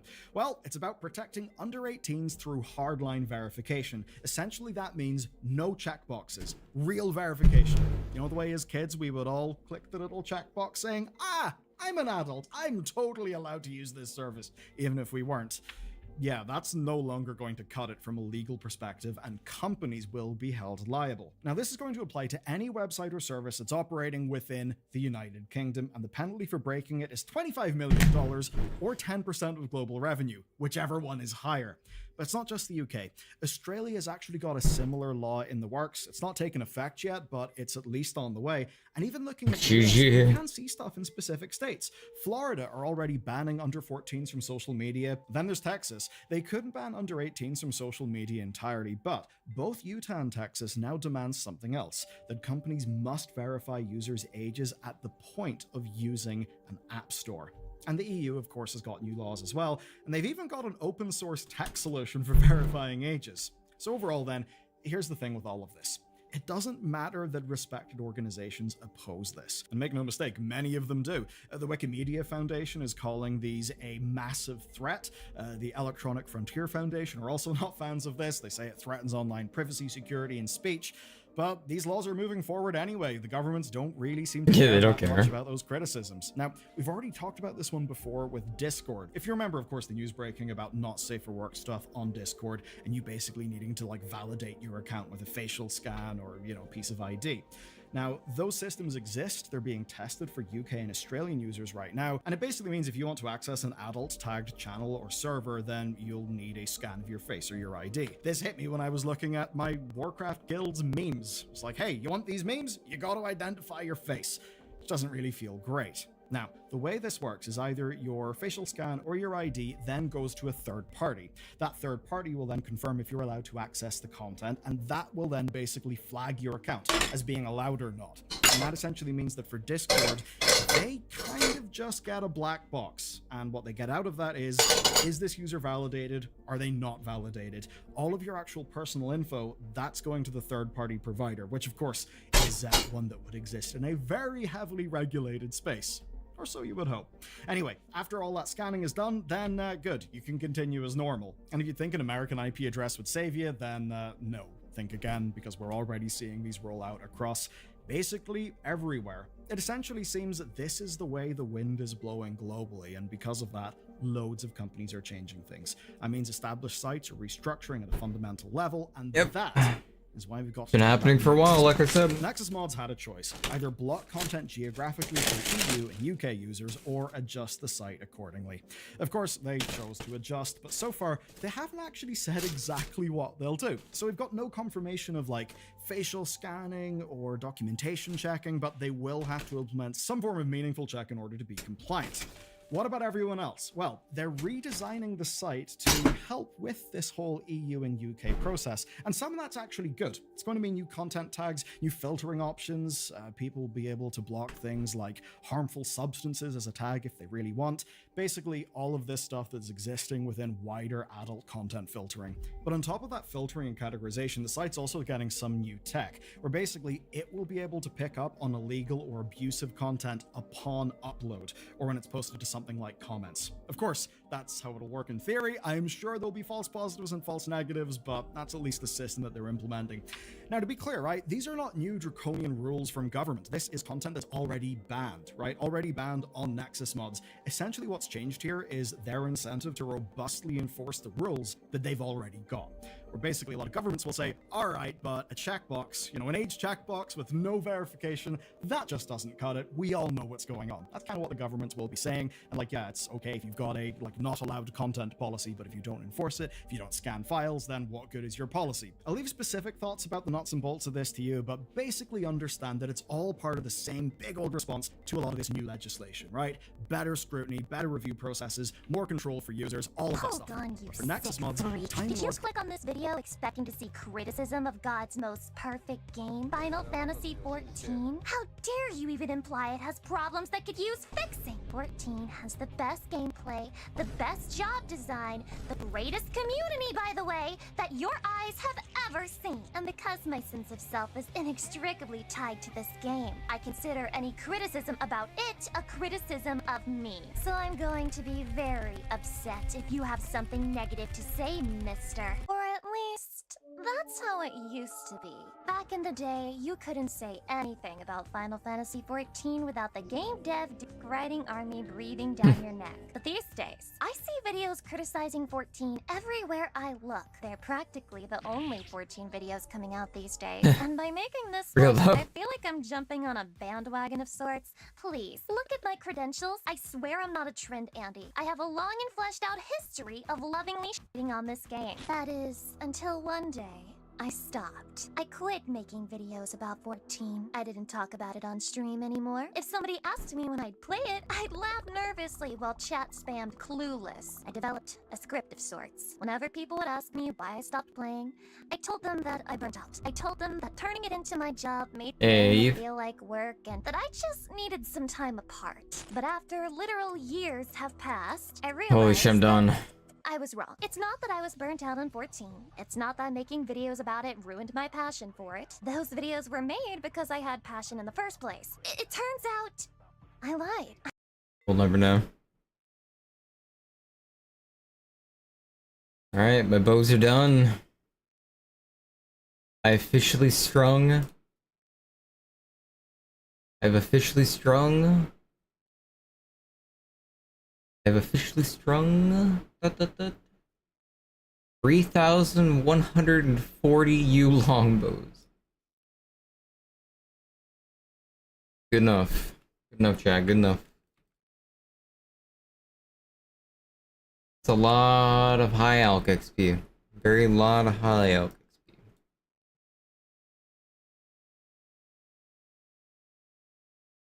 Bitscraft Online is a brand new buy-to-play open-world sandbox MMORPG that came to Steam Early Access in June 2025. This game's all about joining and founding your own player settlements, gathering resources and crafting, and seemingly has a similar skill system to games like RuneScape. In this video, I'll try out the game for the first time to see if it's any good or if there's any potential in its early access development. But first, support the content. Okay, what are some things I can do with high alk? High alk. Pick OSRs, like, what can I do?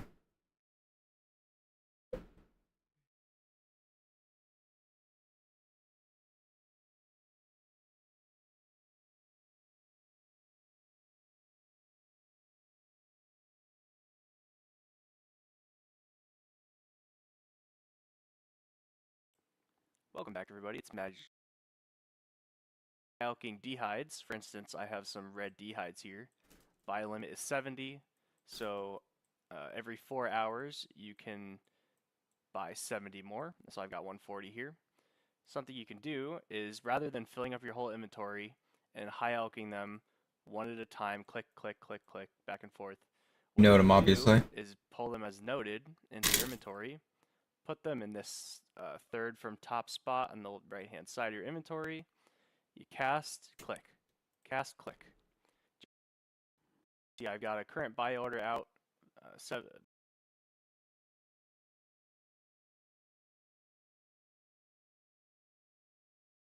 Hi, Zeppa here.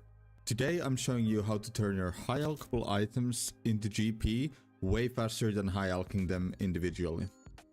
Since I started playing my Ironman, I've always had huge stacks of items just sitting in my bank waiting to get high alked.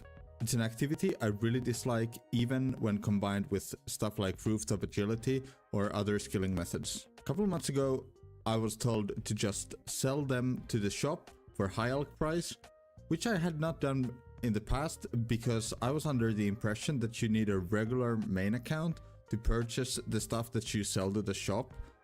Even though having a main account and doing it this way would make it faster, it's still way better to just sell these stacks to the store and keep hopping and selling to the stores on different worlds than high alking them. You're gonna get magic XP though. So this is how I do it. I make my way to the Rogue's Den general store.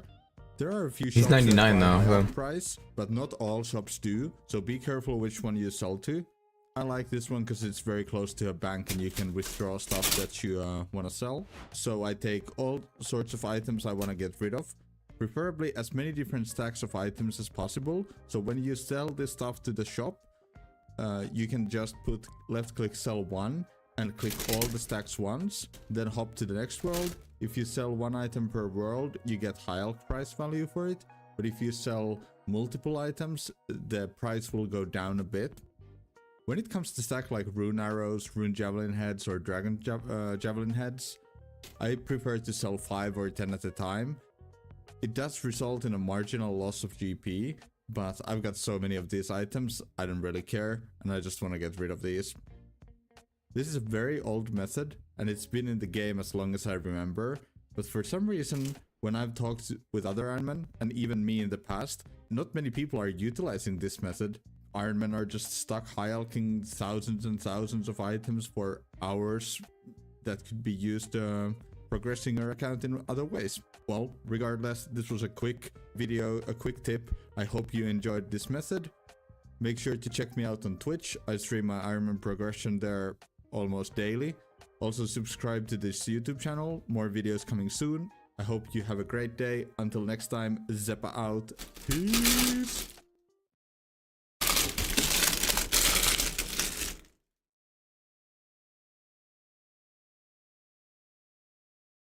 One second.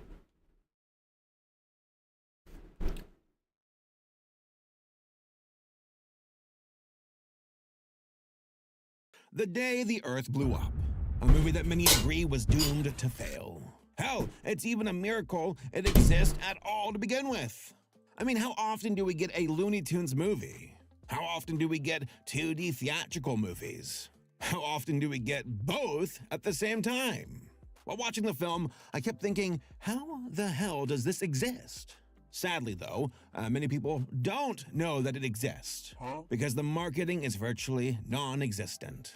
It was released on Friday, March 14th, 2025 in the US, but nobody seems to know about it except for animation fans or the folks who actually worked on the movie itself.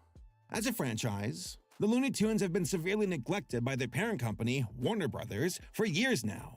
The last major project of note they were featured in was Space Jam 2, a movie that even predicted the future of mainstream movie making. Because our brand new Warner 3000 technology will scan you right into the movies. Think about it. Batman versus LeBron. The use of AI doubles was a major sticking point in the recent union negotiations between actors and studios. And as subpar as that movie was, I think that's what makes The Day the Earth Blew Up even existing so remarkable. Not just that it's a well-deserved historical milestone for Looney Tunes as characters, but also because it's absolutely hilarious and beautifully animated. Don't worry, I'll give you guys a quick spoiler-free review if you want some additional context. But if you're on the fence about seeing it, please absolutely go check it out before it gets pulled from theaters. I went to see it because of the positive word of mouth online, and yeah, I'm really glad I did. I had an absolute blast seeing it on the big screen, and I think you will too. There's even a really scary gum monster that really freaked me out. I don't know, it was good horror. I loved it. Even the chattering mouth. But wait, this video is brought to you by Raycon. Folks, we've marched right into the month of March. Oh, it was like January yesterday, and then February went away, and I'm getting old. Where are the years? Oh no, I'm getting, I don't want to know. I don't want to think about it. I need to zone out. Let me put on my Raycons. There we go. Now I can just focus and listen to music. Just by wearing them, I can feel their quality. Comfortable and ergonomic. I can wear these babies for hours at a time. No more earaches for me. Speaking of time, these headphones have plenty of time for their playtime. Well said.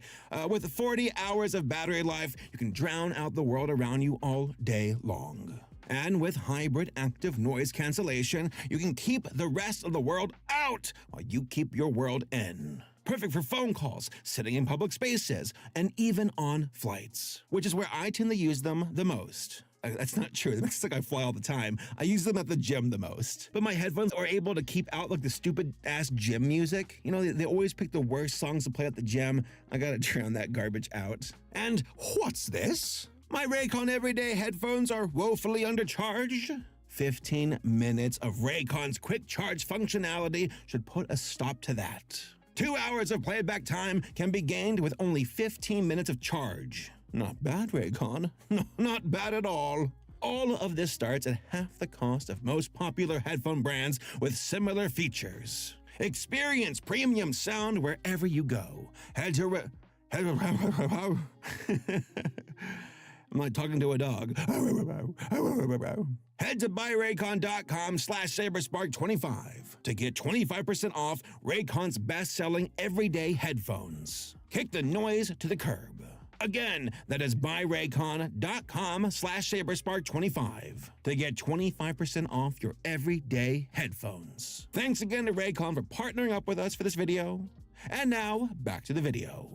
Yeah, that's right, Porky porks it in this film. No, he does not. He does not, actually. I don't know why I said that. I'm gonna go away now. The movie starts off as an origin story with Daffy and Porky being adopted by a stoic man named Farmer Jim, who is honestly my favorite character in the film. He's so ridiculous and nonsensical, and just the way he's animated is mesmerizing and hilarious to me. I was laughing out loud during his scenes, along with my girlfriend and the other guy in the theater, which, oh, that's a bad sign. It's just only 3 of us watching. But once they grew up, Daffy and Porky still live in the same house together. But a falling asteroid destroys their roof, and they have to raise money to fix it and prevent their home from being condemned. However, that same, I guess not asteroid, a meteorite, you know, to all the nerds out there who are screaming at me, this meteorite is covered in radioactive goo that turns anyone who ingests it into a brainless zombie. The goo infects a curious scientist who poisons the local bubblegum factory with this toxic substance. It's all part of an elaborate plan by the Invader, an alien who wants to control the population of Earth and to doing his bidding. So, with the help of Petunia Pig, a flavor scientist, the race is on for Porky and Daffy to save the world from being overrun by bubblegum chewing zombies or die trying. All right, for pros, I absolutely love the animation style they went with for this film. It is a direct nod to the Bob Clampett era of Looney Tunes. It's so fluid, with tons of emotional extremes that really push and contort the characters to a ridiculous degree. Again, the Farmer Jim character specifically got some of the biggest laughs out of me because he's like designed like a background painting and only his lips move when he talks. It's really weird, but you get used to it, and yeah, it's funny. I love it. That was really creative. He was like jumping around. That's the big laughs. I want a spinoff of Farmer Jim is what I'm trying to say. Also, this movie genuinely made me remember how funny the Looney Tunes actually are. I laughed a lot while watching the film.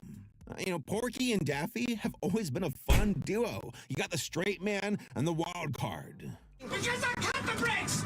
Wild card, bitches! But I especially love that this version of Daffy is the completely insane and destructive version. There's like a spectrum of Daffys. There's like the one where he's a sassy son of a bitch, slamming his, into the car door. And you got this one where he's like, he's the lunatic. I think Daffy's interesting where he can be like, again, he can be the chaotic one to Porky, or he's the one getting like Squidward by Bugs Bunny, if that makes any sense. Now, Daffy can be a lot to handle, but he's just the right balance of lovable and obnoxious. Eric Bauza crushed it as the voice of both Porky and Daffy. Eric has range, and he is a masterful voice actor. Well, thanks, guys. I really... listen, Rabbit, he said Daffy, okay? You're not even in this movie we're promoting today. Nice try. Guys, calm down. I think they hit record.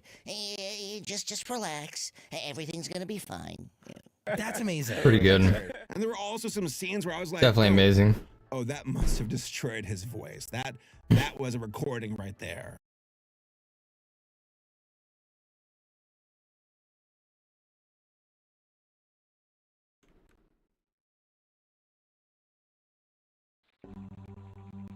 Alright. Play the game. I have so much shit I can alk now. Like during shit.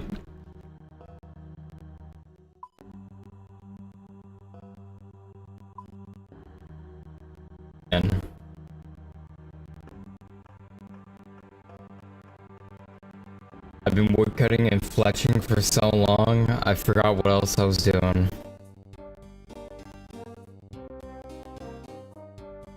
Why was I even here? What led me down here? Why do I have 3,200 longbows now, you know?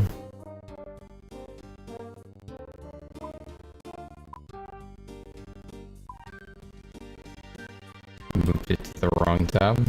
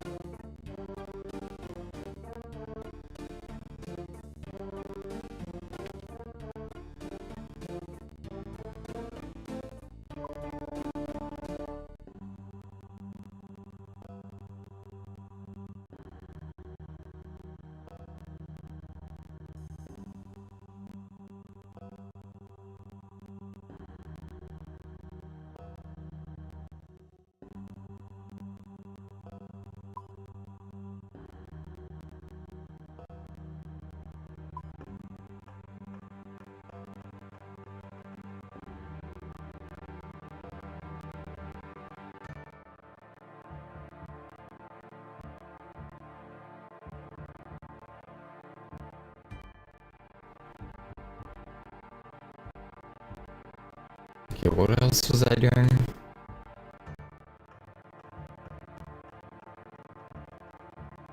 What would be good to do right now?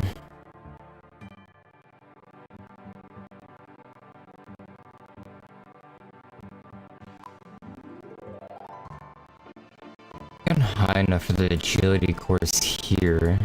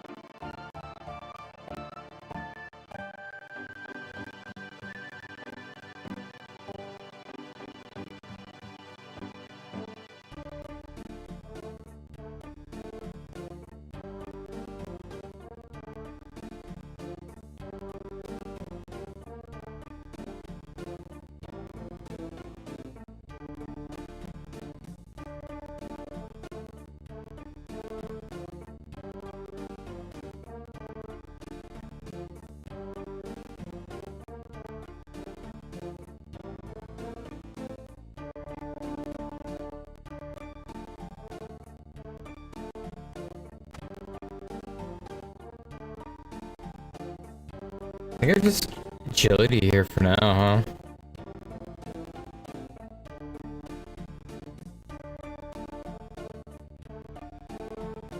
I don't even know where this one starts though.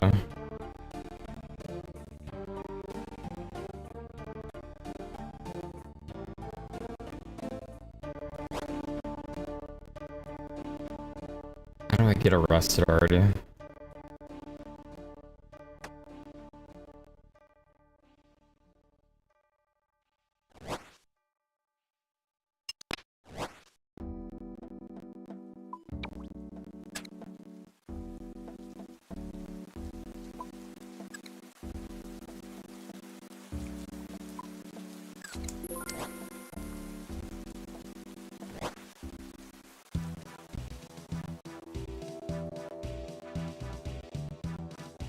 Ruby now.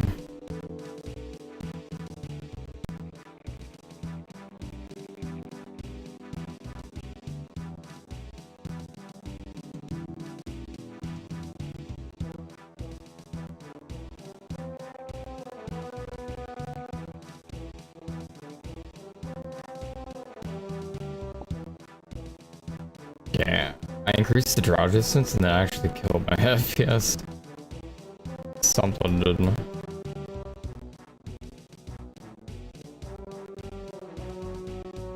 Maybe it's just Falador. Maybe Falador is just kind of a little insane.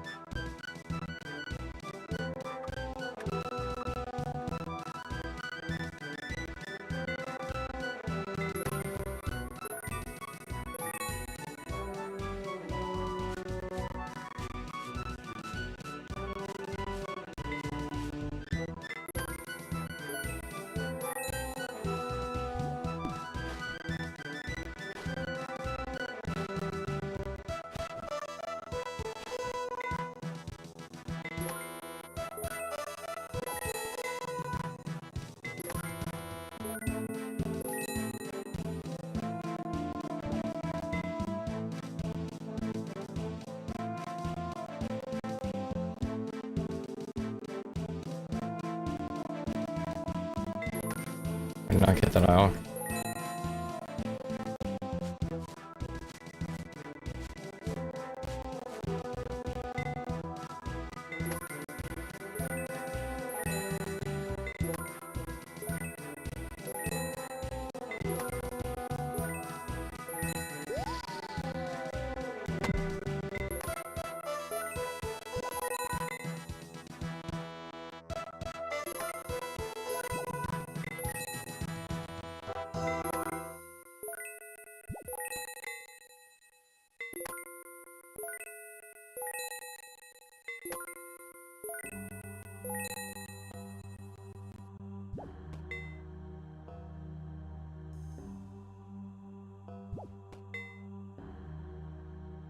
I can't do it the other way around.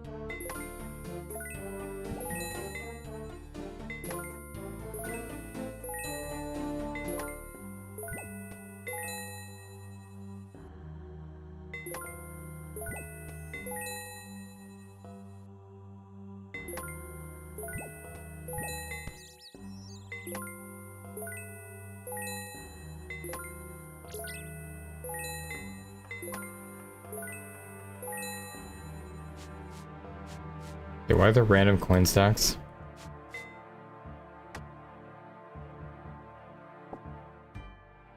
Does this one drop gold instead? Is this like a money-making one?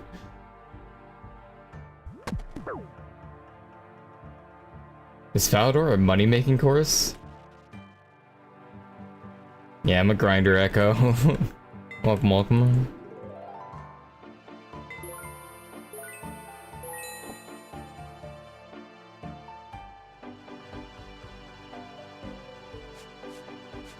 Oh, I'm dumb. When I was alking this whole time, my gold was going on the ground because I didn't have any gold in my inventory. That makes sense.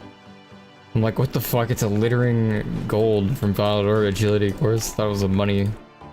Straight up a, yeah. Like a money one.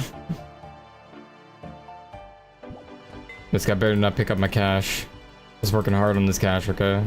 It's like 1k per each one.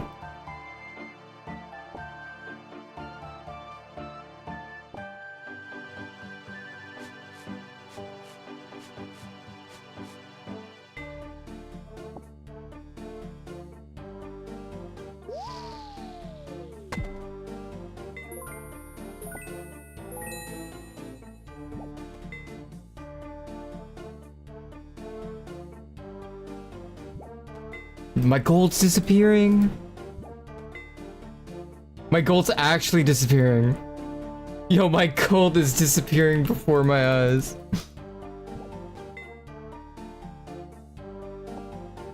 Alright, lesson learned, chat. Lesson learned. It's all gone. Alright, well. My hard-earned cash.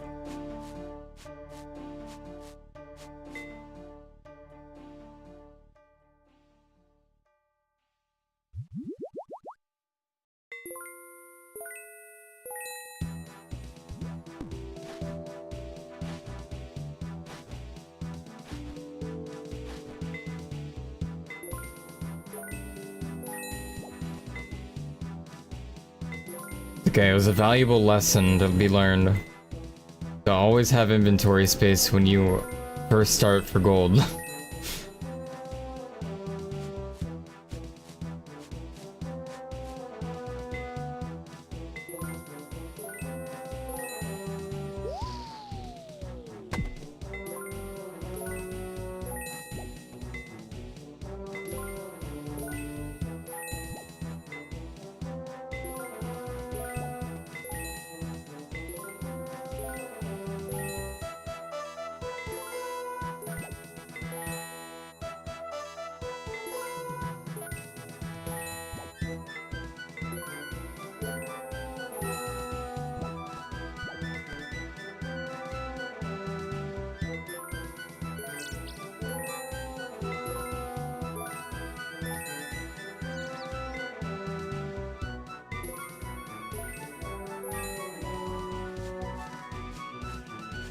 How many ticks is alking? Is it 2 ticks?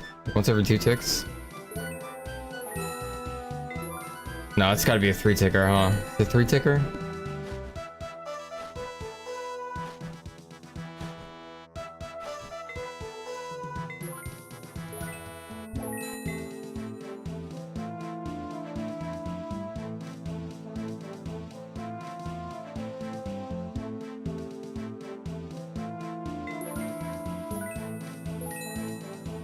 Okay, so it's like 3 or 4 ticks.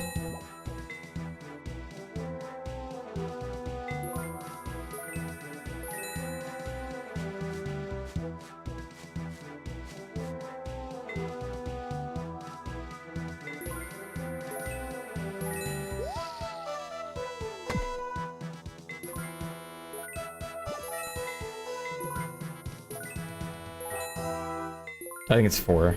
I want to say 4.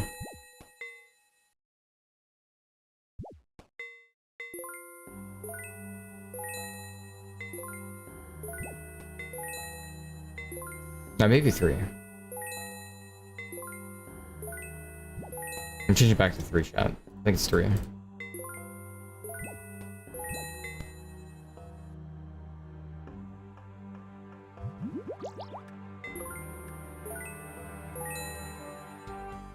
We're printing gold, chat. We're printing gold.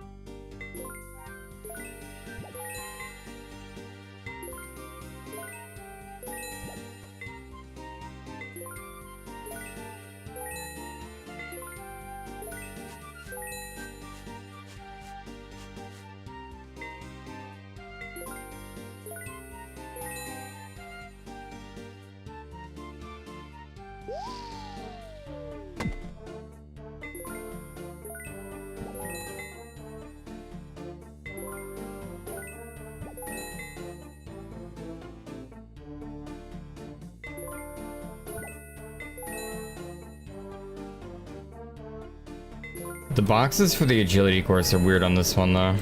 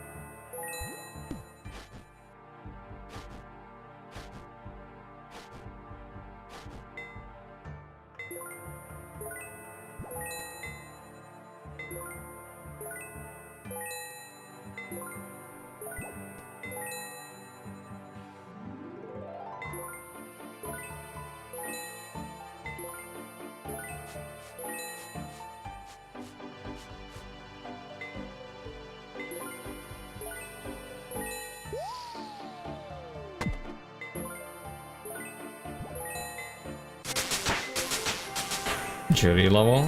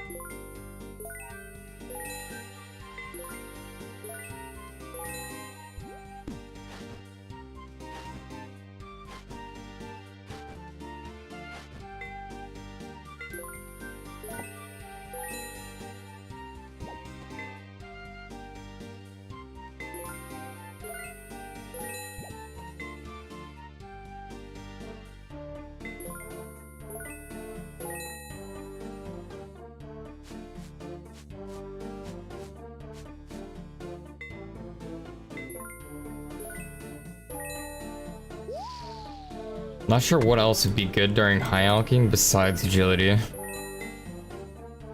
Agility just kind of seemed like a safe bet.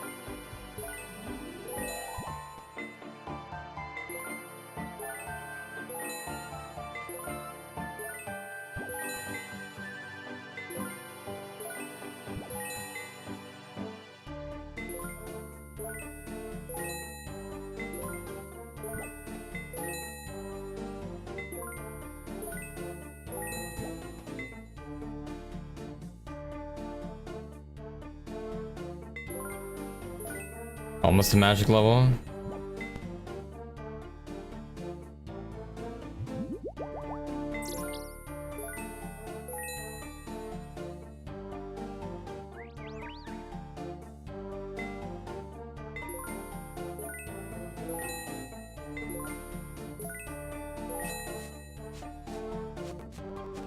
Already at 100k from doing this.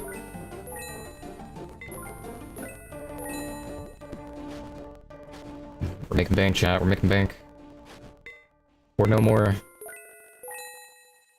We're down to 30k before. Too bad. No more living on the streets, chat.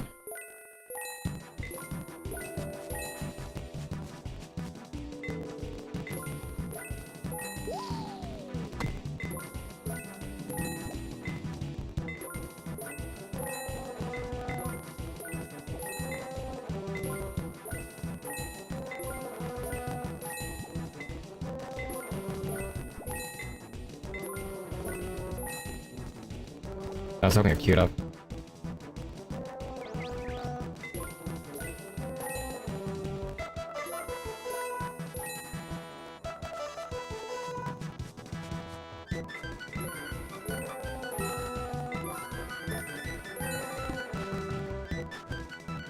$104k, chat. Look at that. No more porch.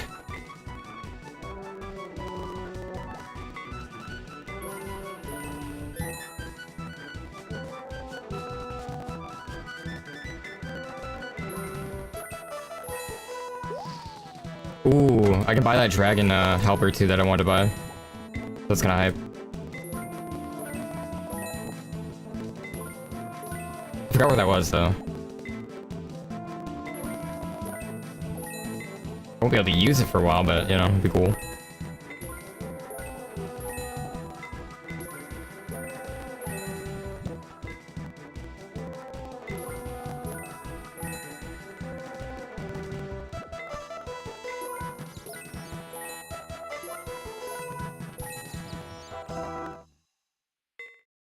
Agility Slayer and questing for the things to do while walking.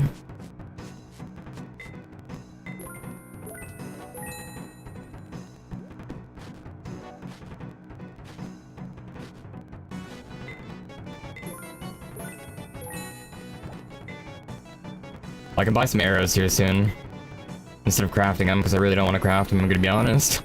I would much rather buy my arrows. World hop a shit ton. Hey, sir, much appreciated. Thank you for the resub. You've been well. Zero just resubscribed for 78 months. Abu 78 months. Whoa.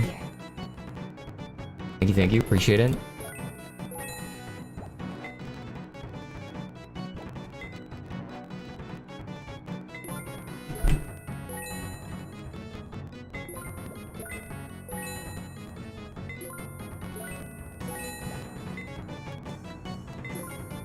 I want to play some mop, but I've been like big grinding RuneScape lately.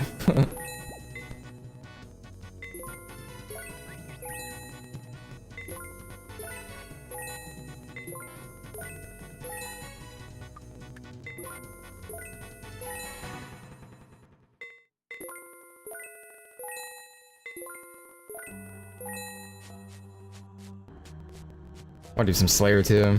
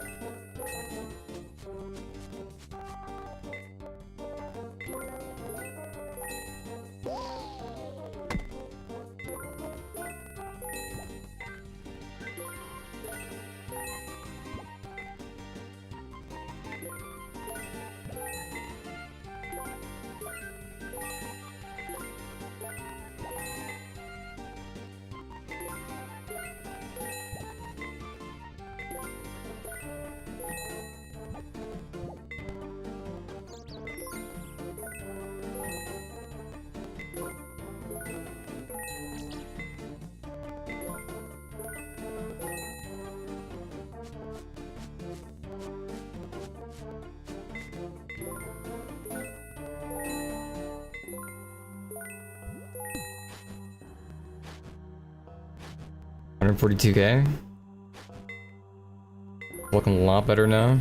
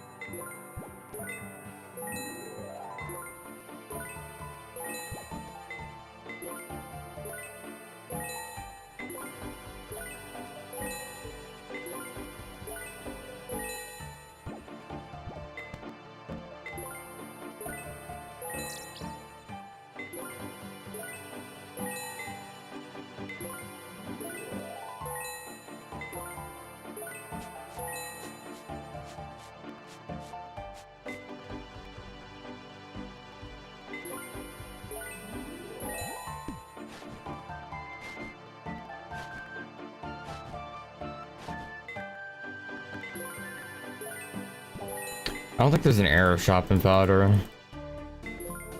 I'll probably just go to Vera.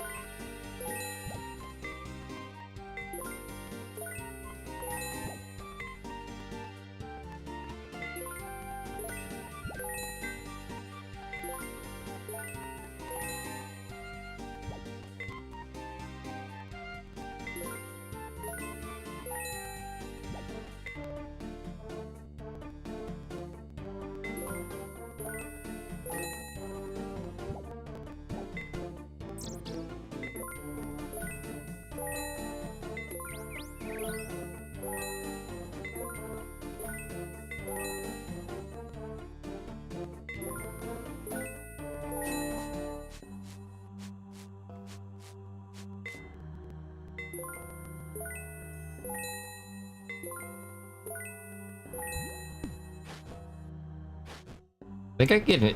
I think I can get halberds here, if I'm not mistaken. Could be wrong though. Could have been Auber or someone.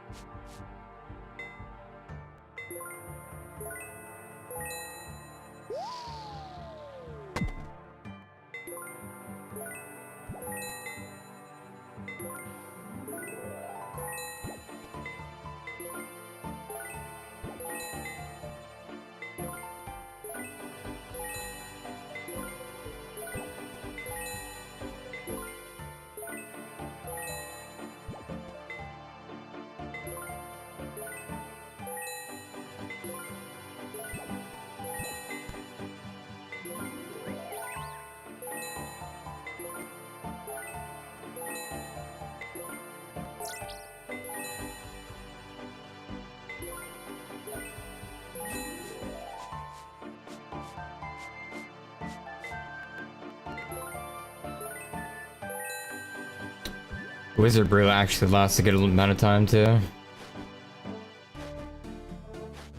think with how many inventories I got, I'm definitely gonna last till I can craft it without cast without I'm in.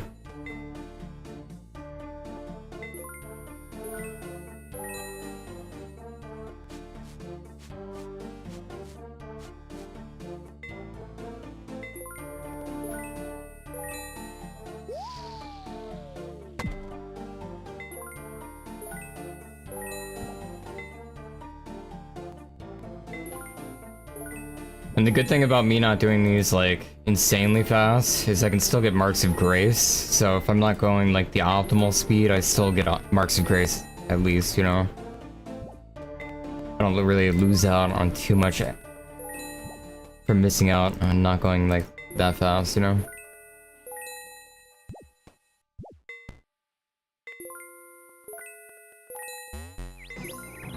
Since the marks of grace are set timers.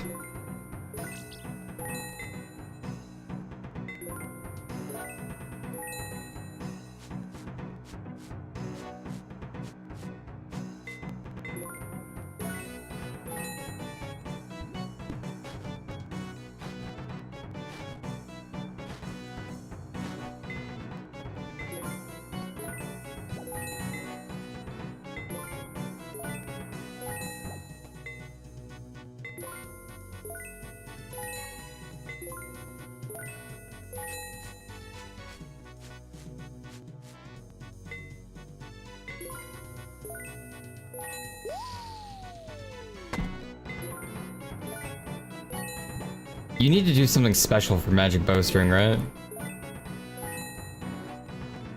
Like it's different flax or something, no?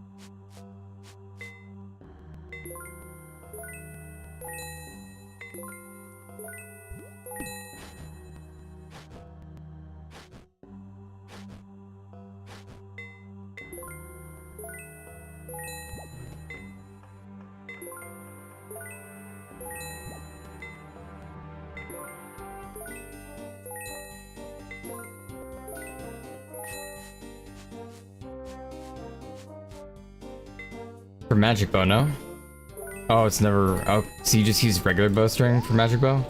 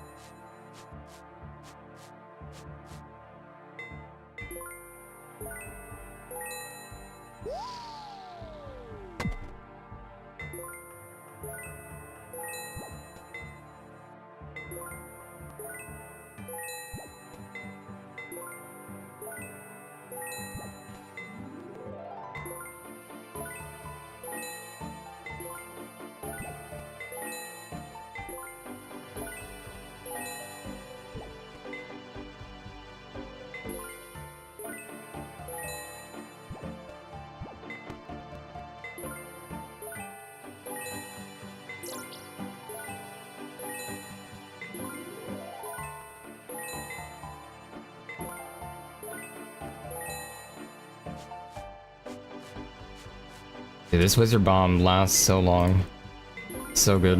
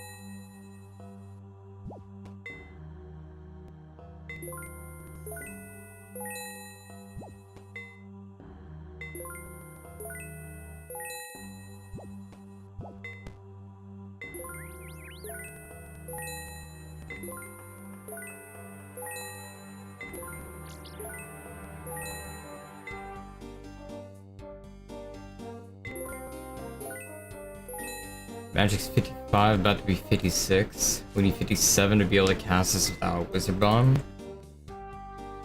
I'm about the level.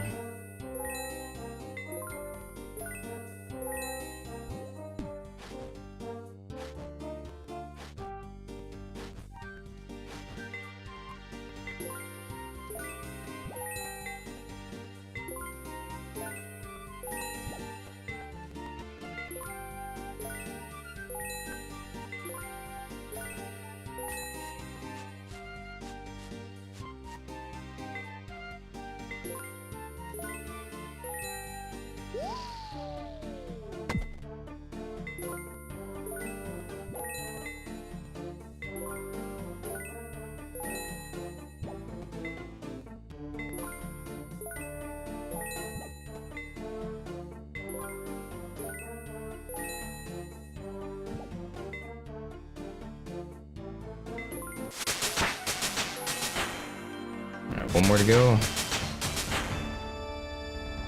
Wait. Oh, okay, that's a combat level. Okay, I thought it was defense because they showed the shield. I thought I was getting shield XP for or defense XP for her alking for a second in defensive stance or some shit. Baited me a little bit.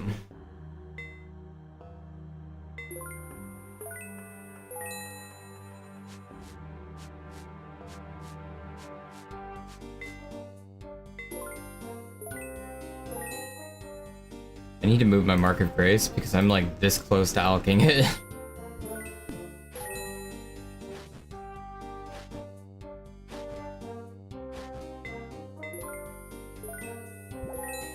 Although, what is the high alk price on Mark of Grace? I don't think it even tells me. I don't think I can.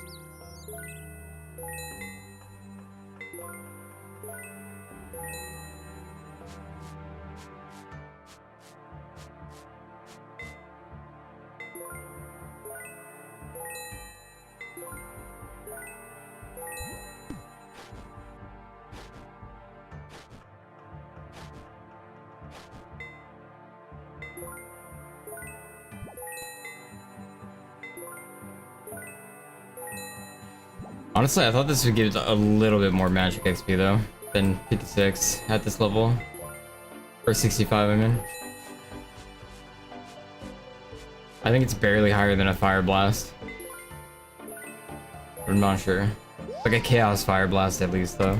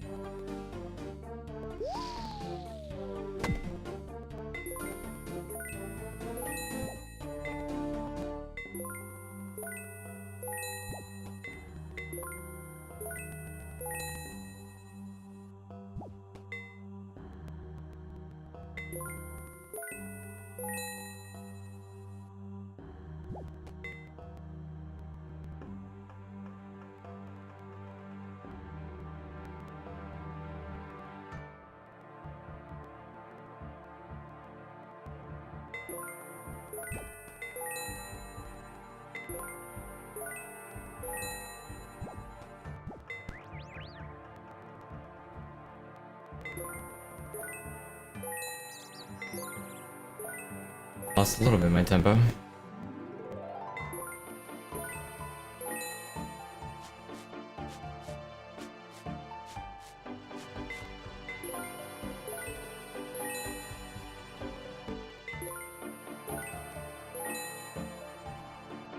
It's pretty nice having arrows, or gold again. Buy some arrows now. Don't have to farm them like a peasant. Need...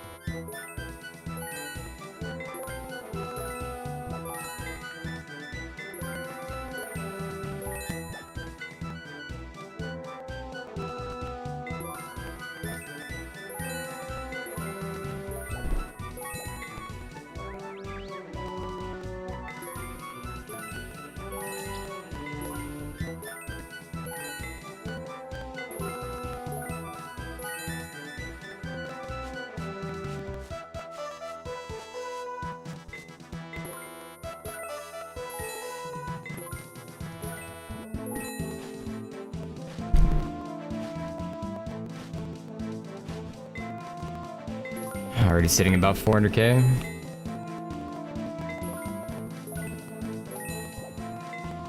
Almost halfway to the mage level 2.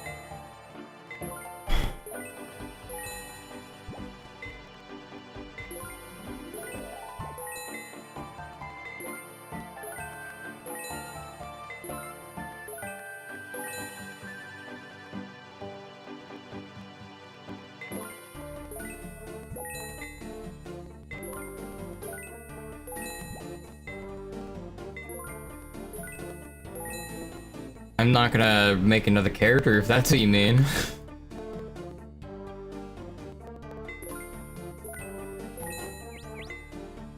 You think I'm gonna start a hardcore character again? You out of your fucking mind? Ain't no way. Still gonna be an Ironman.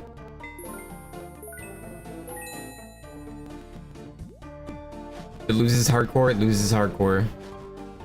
I'd prefer it not lose hardcore, but if it loses hardcore, it loses hardcore. But it ain't losing the Ironman.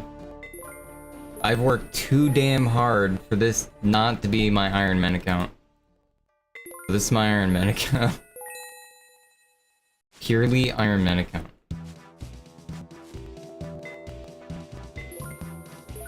As long as I can tell that I earn things, you know? As long as it's an Ironman, is basically what I'm saying. I know I earned everything. And it's a feels good man type scenario, you know?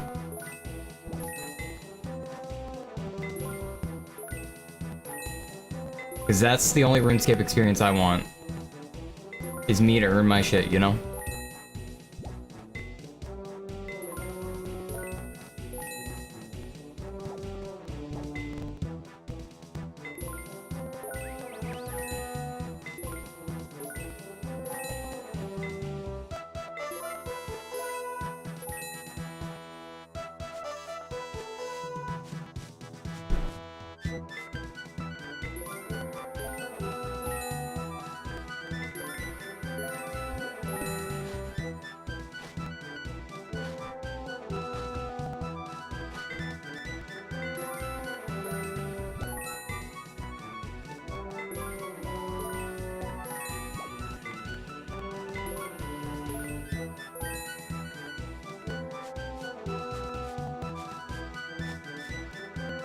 And if I did start over, I'm saying if I ever did, it would be for Ultimate Ironman.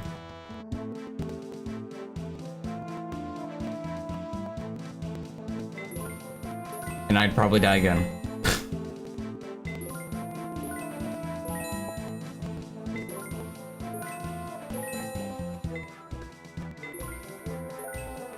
Probably die again.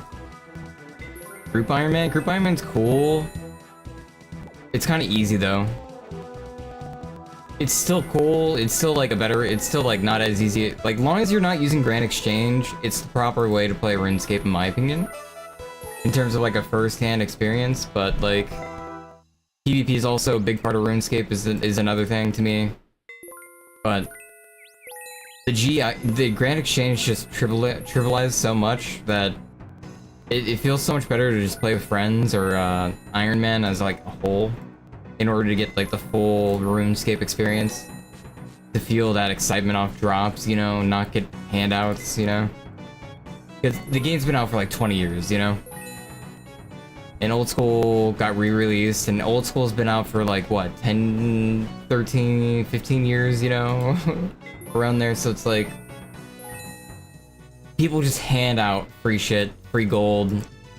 Market's kind of crazy in terms of how much things cost here and there compared to like what it did cost in like 2013, 14, 15, you know. So I think it's just better to play the game as like an Ironman, or group Ironman is even like fine enough. And group Ironman's a lot better if you have friends that are also new that want to get into the game. And you can always like de-iron yourself, so it's not like it's a full loss, you know, if you do group Ironman. So it's kind of no downside to trying it out.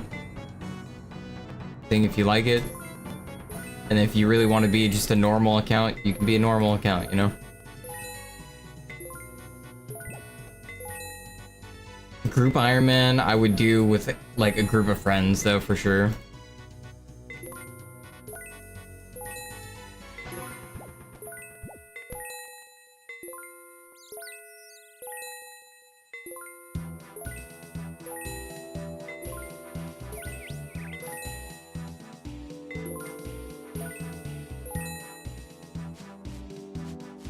But since I'm like just returning to RuneScape and I haven't played in so long, like I just want to work on my like Ironman account right now. So I'm kind of just doing that. I started it and just started working on it.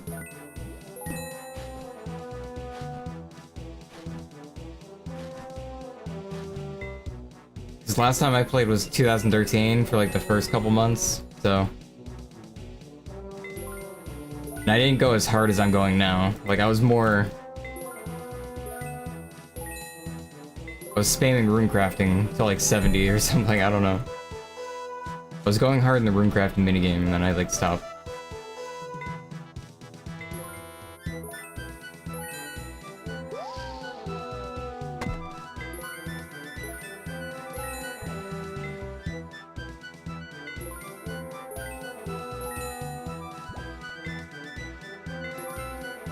Yeah, I have some people that are like that too. Even though they play like really grindy ass games, it's just like they don't want to play RuneScape because of graphics mainly. Or they think it's like super dumbed down too much, but there's actually some depth to it, you know?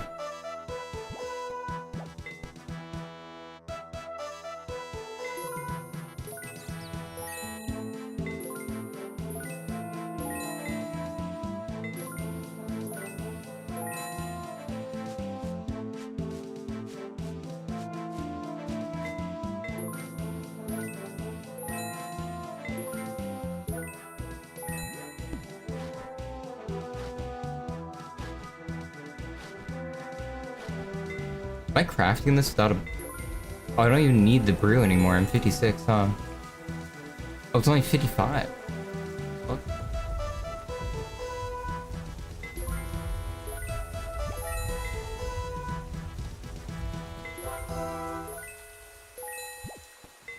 $471K, chat.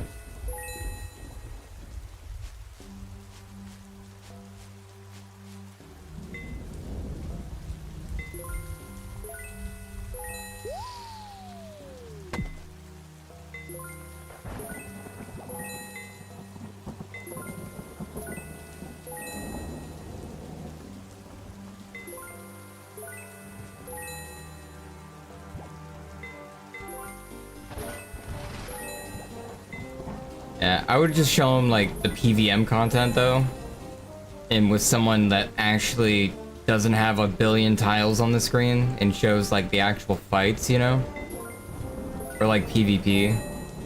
I think showing those aspects of the game would be big drawing points.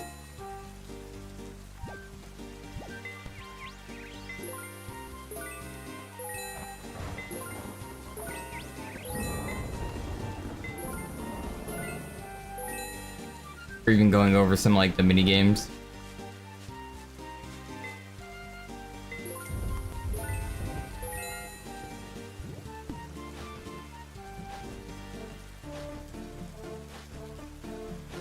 Last Man Standing is one to bring up, how it's equalized. Dual Arena, the things you can do in Dual Arena, I think that are big selling points too. It was cooler with the staking, but you know, whatever. Because then you could convince your gambling friends to play RuneScape.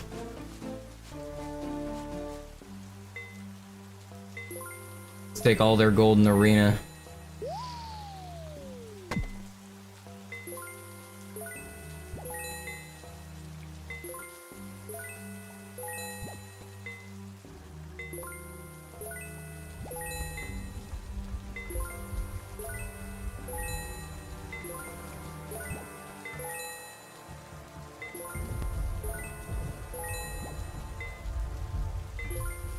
Honestly though, the duel arena, when they were staking, like it just...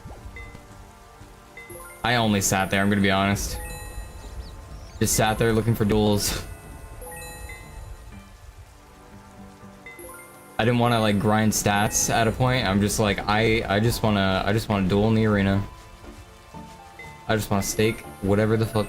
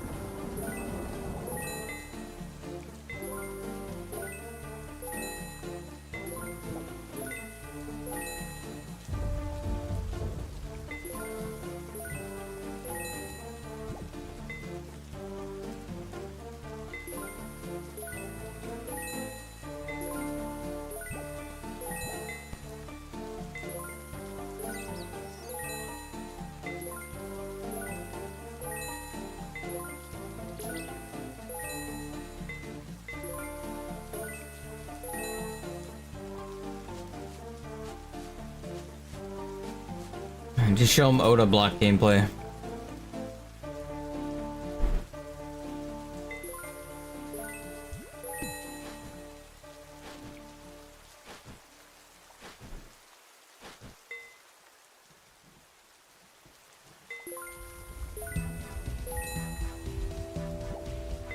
Alright, let's be honest then. If we're playing World of Warcraft and we're rolling for a piece of gear, are we not gambling on that piece of gear?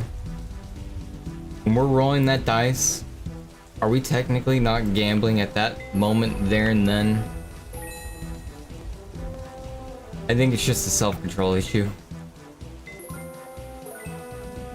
Knowing what you can bet, knowing what you can't bet, knowing... Also, the WoW token wasn't in the game when the duel arena was peak, alright? So, when the token was in the game though, when they added the token in 2013, or whatever, I think it was like, yeah, 2013-ish, 2012. That's when, yeah, some people were probably gambling their life away.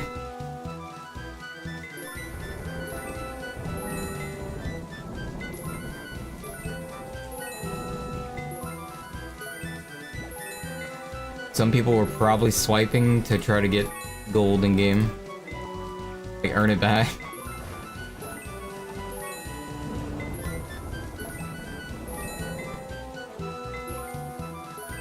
Which is even more surprising why they got rid of like the duel arena. Because they probably were making more money with duel arena open? I don't know though.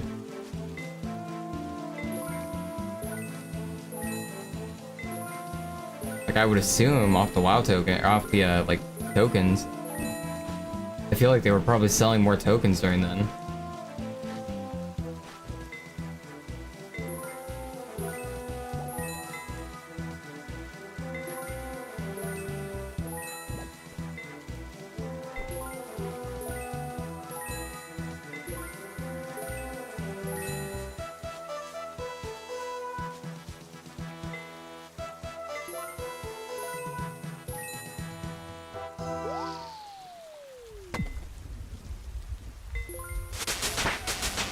87.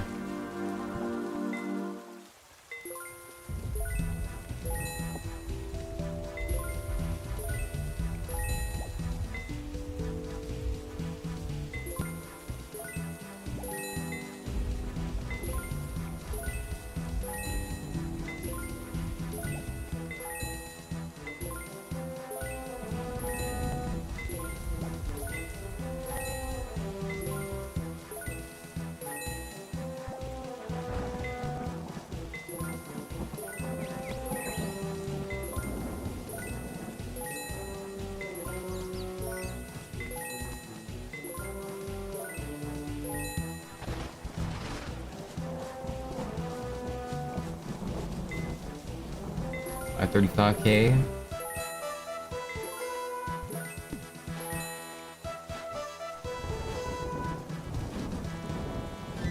Decent amount of marks.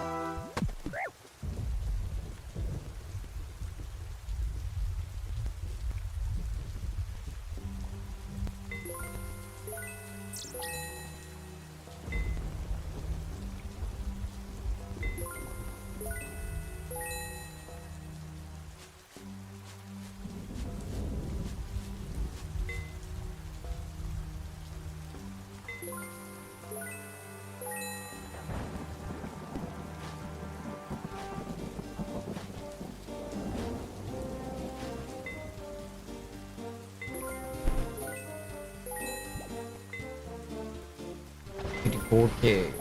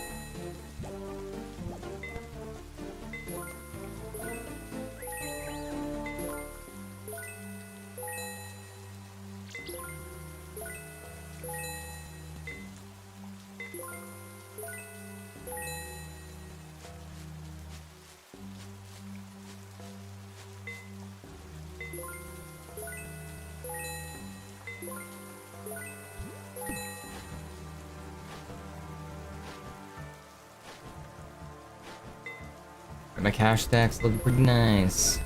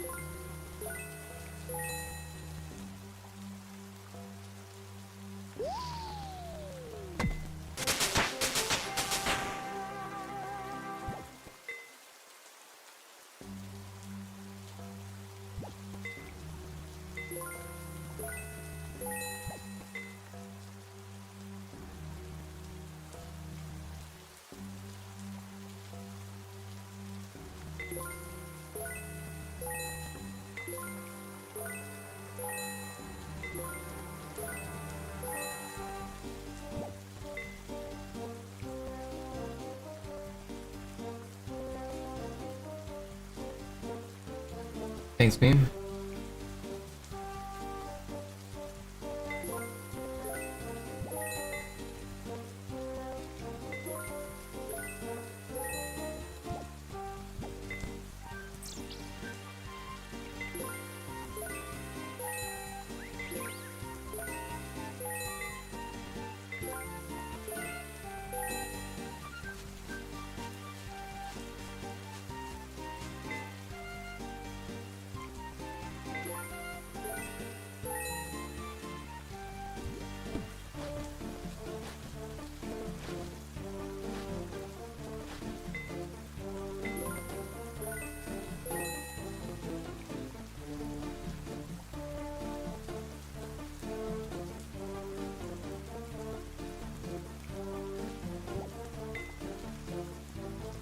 I'm tired as hell.